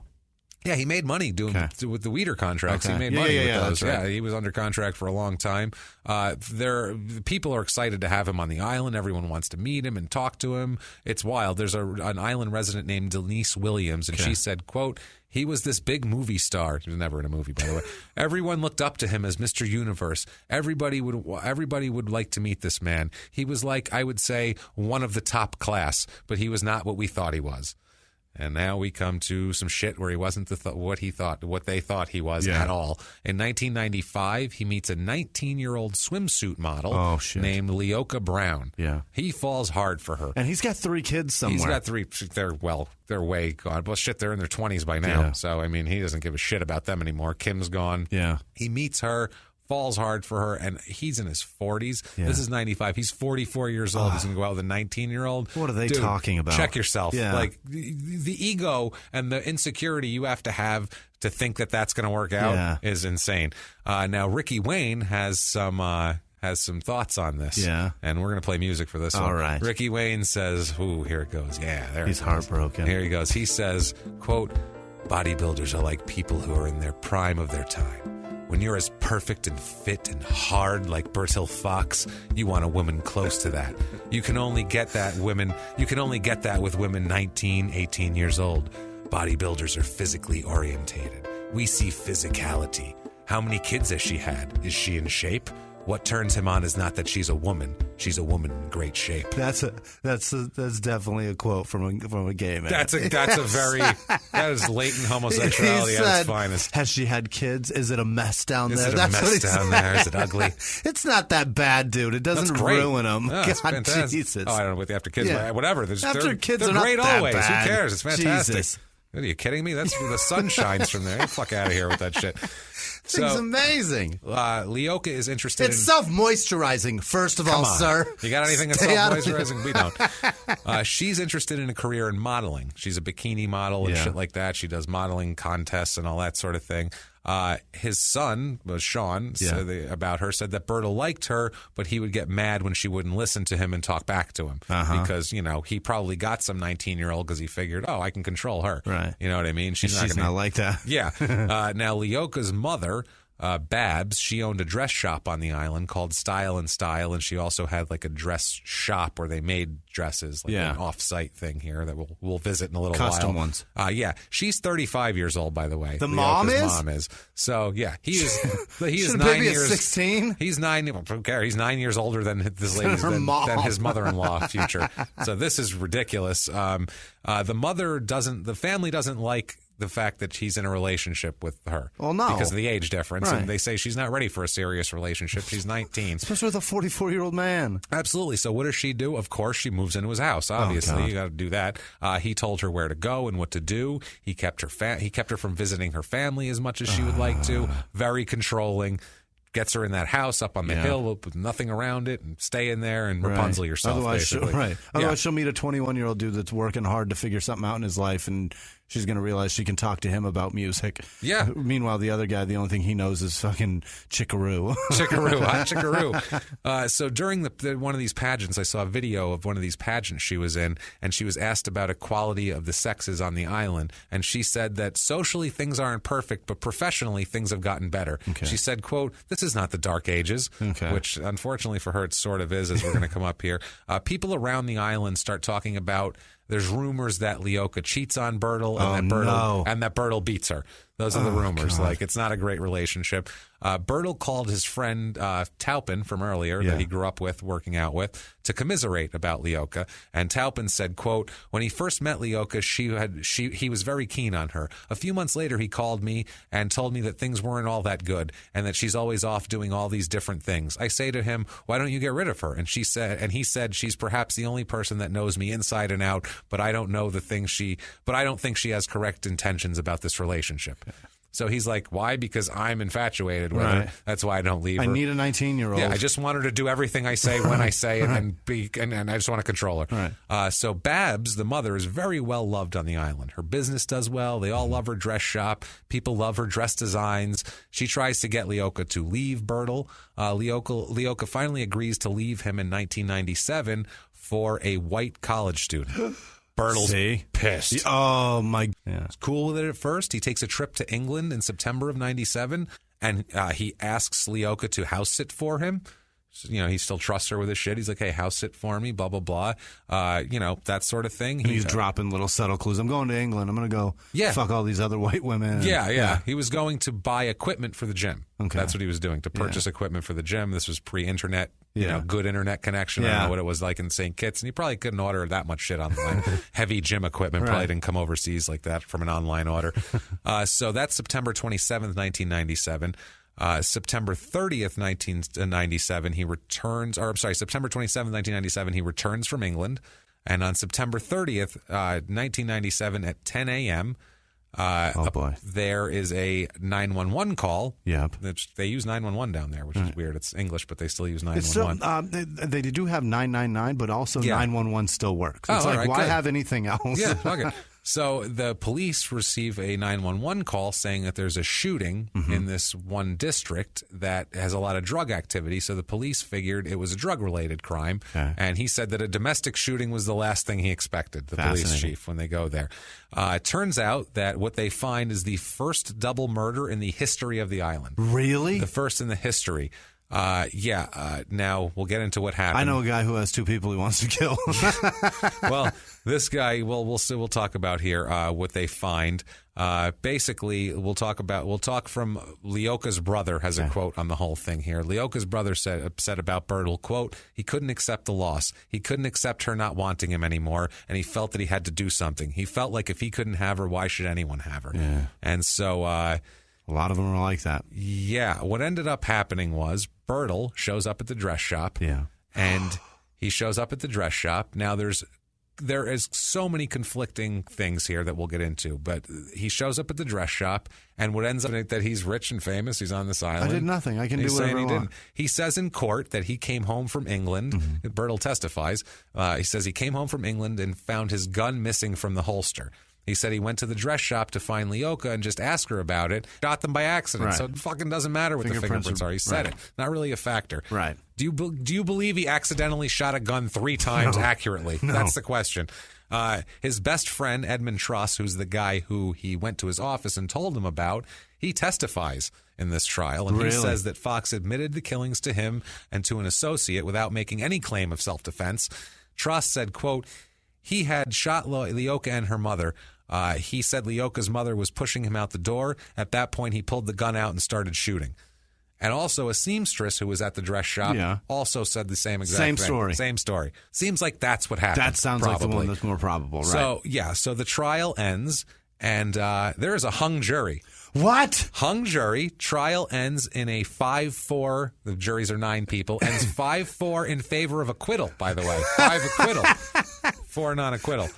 What in the fuck goes on down there? Unreal. There's outrage on the island. Yeah. Sort of gets them up to date on the domestic violence issue, though. Yeah. It kind of moves them forward. They start having candlelight vigils. It usually takes a body for shit to get changed. Yeah, it's true. Nicole Brown. I feel like Nicole Brown changed a lot here. It really did. O.J. Simpson's dead wife, I guess you'd call her. You almost said victim. I didn't know what to call her. I almost said wife, and then I was like, that's a little vague. I should probably say dead wife, and whatever. Anyway, so There's big events for domestic violence awareness now.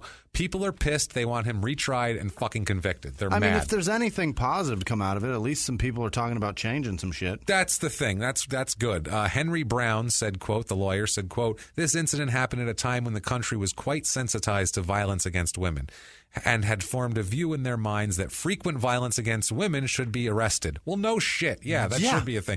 In a small community like this, with all the women singing one tune, it is very difficult for the men to say otherwise. Mm-hmm. So basically what he just said is, look, women are being a pain in the ass, so you can't beat them repeatedly anymore. You'll get arrested. That's what he said. And if you heard his tone, that's what he said. He goes, if all the women are singing one tune, it is difficult for the men to say otherwise. Like, he's like, it might not be right, but that's the way it is. Like, no, that's true. That's right. Yeah. He's just like he just Jesus Christ. He said it like nostalgic. Like, it can't beat women anymore. Like, oh, I remember how great it used to be. Yeah, here remember before? when we were kids, we used to go swim in that creek and jump off the rope swing. Wasn't that fun? Like, that's how he talked. Unbelievable. So now Bertil's sitting in jail. Mm-hmm. I mean, Jesus Christ. Joe Weider got nothing out of his contract. Yeah. He's got 3 kids that are wandering around. Sean hasn't talked to him. Kim's gotten beat, but not nearly as bad as I feel for No way. For Bertil Fox. I'm not sure where he's from or what he does, but his Facebook profile says that he is, quote, I'm working to become a better MMA fighter. And he posts, I mean, constantly, really? Like every day, all day. And it's all public? About John Mizuno, who's a Democratic politician and current vice speaker of the Hawaii House of Representatives. He's pissed at Hawaii. he literally, no, he tweets positive shit about this guy really? all day long. He loves him? John Mizuno on this TV station. Here's an article about him. Like, I don't know if he's his kid or what the fucking deal is, but he loves him. Holy shit. Good for you, Bertil. They do have a second trial. Mm-hmm. Thank fuck. The prosecution really hits the fact this time that he's so muscular and so huge, and they say whatever physical tussle that took place, Bertil could have handled it without shooting. It wasn't, clearly. It wasn't a problem for him. Yes. Edmund Truss testifies again in the preliminary trial, the first trial, this trial. He changed his testimony a little bit here and there, but that kind of happens with prosecutors, though. They kind of, let's concentrate more on this part of what you're saying. He says that Fox confessed to the murders because he discovered Fox discovered Leoka was seeing another man. No such man was ever named or came forward in any of this also. They had a surprise witness at the end of the trial who was a woman named Juliska Wallace. Uh-huh. Wallace said that she saw Fox with the gun shortly before the shootings. Now, and Fox supposedly told her he was going to kill his ex-girlfriend. The judge did not. Holy shit. Yes, that's big. And the judge didn't allow Bertil to take the stand to refute that at all, which he already testified. Right. So I don't know. The prosecutor said that Fox was despondent about the end of the relationship, and they said he went into a jealous rage, brought his pistol there, and that's what he did. He shot everybody there. Makes sense. Which makes sense. The other employee, the witness named Amanda Matthews, she said that that she did not see Fox with the gun. She did see him speak to Leoka, and reportedly not in an angry tone, but she couldn't hear what was said. And then she saw the mother confronting Fox, and she heard the mother said, "Don't come in here with that." Oh. Fox then allegedly pushed the mother, and she heard the shots. Yeesh. And Matthews ran in a bathroom and locked herself in it because she's not an idiot and doesn't want to get shot by people. The defense says basically that she came to the Saturday morning in her brother's car, said she was going to stay at her mother's, and said that she had only gone back for her things because she wanted to stay over with her mother until she can figure out what she wants to do with Bertil. Bertil says he helped her pack up her clothes and all this shit. And then once everybody was gone and she was gone, he said, "Oh, you have a good one. Yeah, you go move in with your mother. That'd be better for you, because he's such a good guy." Right. He said then he was just looking around and he couldn't find his gun. So he went to the shop to see, hey, maybe if Leoka took it by accident or something, and then blah, blah, blah, blah, blah. The pouch. And I totally didn't tell that girl I was going to kill my ex-girlfriend. Yeah, I totally didn't tell her any of that. So, yeah, basically he just denies, says that, he just blames it on them. I don't know what happened. And then she took the gun out and she was messing with me. And I just, oh, shit. And I'm the only one that was not shot. Exactly. So he testified to all this. The cross-examination, Fox fails to answer several really pretty critical questions regarding the whole thing. Like, why did Leoka take his gun from the house? That's number one. That's why would she even take it? I want to know the answer to that. Why would she give them to her mother afterwards? Right. Why would she give the gun to her mother? Why would somebody struggle with someone who has their finger on the trigger of a gun? There's lots of things that he didn't have the answer for. He was just like, I don't fucking know. A lot of holes in this story. A lot of holes in this story. In these people. And yes, 3 holes in the way more holes in the story than the people, and that's saying something. Now, the problem's the only thing with the prosecution's case is there were no autopsies, no conclusive fingerprints from the gun. The witness didn't see Fox. The witness at the clothing store didn't see Fox with the gun before the shootings. And basically, they said his tank top, and he had a tank top and spandex on, and that would have been hard to conceal a handgun. But he could have just put it in his back and you don't see it. So that happens. Look at Eddie Murphy and all the Beverly Hills Cop movies. Every one of them. Yeah, you never see it. So finally, May 22nd, 1998, there is a verdict. Fox is found guilty of murder this time. Good. And the sentencing there is under automatic guidelines. Okay. The island has an automatic guideline that says, quote, whoever is convicted of murder may suffer death as a felon. Wow. So he is sentenced to death by hanging. What? Bertil Fox. Yeah, sentenced to two ropes.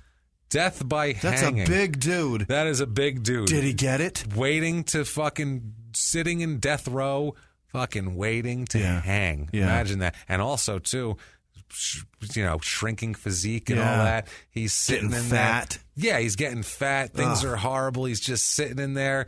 He's miserable. And then one day, someone comes in his cell.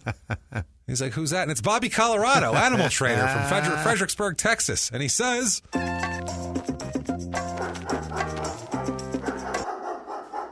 How is it you come to arrive here? What the fuck is wrong with you? Seriously, what are you doing? Come on, 19-year-old girl. You're 45 fucking years old. What do you think? You're going to have a 19-year-old girl? She's going to worship you or something? Get the fuck out of here. She's going to go find a guy with a dick that works better, someone who's 20 years old. What's wrong with you? Your calves aren't bad. I'll give you that. Your calves are all right, but the rest of your life's a fucking mess. You're coming in 12th place in contests. You're hitting people. What the fuck is wrong with you? You need a hot chickaroo? Is that what you need? A hot chickaroo. You know what? Hey, you know what? All these girls, none of this works out. Rick Wayne's here. You know what I mean? We know he's got feelings for you and everything, but I got to go. The dogs are barking. I got to take him for a walk, and I got to train him. But, I guess have fun hanging, pal. See you later. Hang around, would you? Poof, in a cloud of marinara sauce. He's gone. Out of there. So terrible. So he will obviously be appealing. Yeah. And, Fox alleges that the judge and the jury at the second trial were biased against him. He said that the foreperson of the jury was a friend of the family of the murder victims and that 2 other jurors reportedly complained to the judge regarding this conflict, but the judge refused to intervene. Wow. So we have an in their own words on the whole conviction and waiting to hang and everything like that. In their own words, quote, my conviction was because of an opportunist liar called Edmund Tross, who was supposed to be a friend, and his girlfriend, Juliska Wallace, and their greed for my gym business and property. When the incident happened, I had no one to run my gym for me, and I had to keep the gym open because of a small mortgage I had to pay on the premises, because at the same time, Edmund Tross, but that's another story. Edmund Tross runs his gym for him while he's gone. Okay. So basically, he's going to take this gym over, so he's saying he has reason to lie because he wants to get his gym. Okay. He wants to take his gym from him. I don't know. That's weird. Whatever. So a friend came to see Bertil in jail, and a friend said, quote, when I went to see him after they put him away, it was so upsetting to me because when they let me in, they locked so many doors behind me. He was so sad. You could see the impression on his face that he wanted to cry. So when I came outside, I just stand there and I shake my head and I say, oh my God, Foxy's finished. Foxy killed fucking 2 women. Yeah. So we have an in their own words here on jail. He says in their own words, quote, everybody here is lonely for freedom. So am I. I've never been in a prison before. I'm locked up all day. I come out to shower in the morning and come out to shower at night. I work out in the cell. That's all there is to do. I've never been in trouble in my life. Overnight, I'm a monster. Yeah, you killed 2 fucking people. That makes you a monster. On May 10th, 1999, he appeals against his conviction to the Eastern Caribbean Court of Appeal, and they dismiss his appeal on May 10th. October 4th, 99, their lordship's board grants Fox special leave to appeal against both his conviction and his sentence based on on the basis of his appeal, basically on the basis of the mandatory death sentence is what that is. Now, on October 2nd, 2001, the board dismisses Fox's appeal against the conviction, and the judgment of the majority of the board is delivered. They deliver the opinion, and they hold on to his conviction. He's definitely convicted, so now they're just doing it on the sentencing, and he's got to wait for that. And finally, on March 11th, 2002, their lordships humbly advise Her Majesty that the appeal against the sentence should be allowed, and that the sentence of death passed on the appellant of the High Court of St. Lucia should be, or the High Court of St. Christopher and Nevis should be quashed, and that the matter should be remitted to the High Court to decide what should be pronounced. Okay. So they're kicking it to a higher London court to decide. September 27th, 2002, in London, and that this is the last stop in the appeal process. It's the High Court in London. Fox wins his appeal against the death sentence, and he is resentenced to life in prison. Without parole. Without parole. Gotcha. Now, Ricky Wayne, one last Ricky Wayne on Fox not being muscular in jail. Okay, one last time. Let's kick that music, guys. Ricky Wayne. For a long time, I was told he worked out in prison. Buckets of water and so on, makeshift weights. I'm told he doesn't even do that now. That must be a horror. For a guy who always thought no matter how he looked in the mirror, he saw some little guy looking back at him. Imagine what it's like now, looking at himself, perhaps weighing 165 pounds. That's a man who weighed 235 of muscle.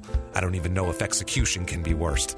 It can be worse than what he must be going through right now. I think hanging's worse, yes. Yeah. Now we also have an It's a man that's like, I stopped talking to him long ago. Long ago. It's just sad. Now we also have an in their own words, in a letter, this sums up everything. In a letter he wrote to Flex Magazine's chief photographer, Chris Lund. Oh, no. He says, quote, in their own words, quote, I wonder if you remember what you told me when I said that I was going back to St. Kitts to open a gym and build property, etc. You said to me, Bertil, you don't know anyone down there. England is where you spent all your life. My friend, I wish I had listened to you. Sorry about the writing, but the bloody cell is so dark. There are 14 of us in a cell. There are 3 on the floor with just blankets. So that's how he's living now. That's where he's living. He's got 14 people, 13 others in his cell. 3 of them are on the floor with just blankets. Now, if you love Bertil Fox, you can't go on his website because BertilFox.com is currently for sale. Oh. So if you want to get a website, talk about him.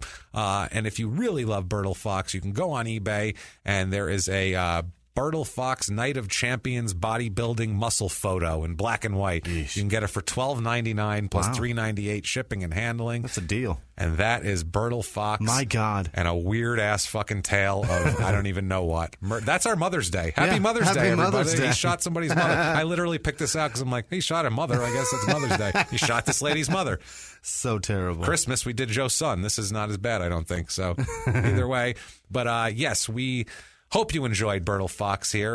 We're going to do shout-outs in a second here. Just want to remind everybody, please, if you like the story, get on iTunes, sign in. I know it takes 30 seconds. Give us those 5 stars. It helps us out tremendously. It is our lifeblood. If that is not enough for you, you can get on patreon.com/crime and sports. You can make a donation. There's plenty of cool rewards there. Right. You can go to PayPal. Our PayPal is crimeandsports@gmail.com if you want to do a one-time donation. So valuable. Also, follow us on social media. Yeah. Instagram @Crime and Sports, Twitter @Crime and Sports, Facebook.com/Crime and Sports, crimeandsports@gmail.com. Type in Crime and Sports and you'll find us basically anywhere they are. We're there. Here are some shout-outs of some fine donors and wonderful people this week. Jimmie, what do you got for us? Thank you so much, first of all, everybody, for responding to us last week. It was so nice of you guys to really come through and donate so much. Made me feel so good, guys, honestly. Was we were just floored by it. Thank you for your support. Sarah Paling, Susan, she gave no last name, so I'm not sure, but she knows who she is. Paling with a G, by the way. Yeah. Sarah Palin did not give us money. No, I doubt she gives money to anybody, unless it's anti-abortion, whatever. Yeah, probably. Lowell Johnson in Oklahoma upped his donation. Woodrow Lemke, I think it's Lemke, it could be Lemke, I'm not sure. Jacques Kennedy, K, that's the person, just K. I don't know who that is.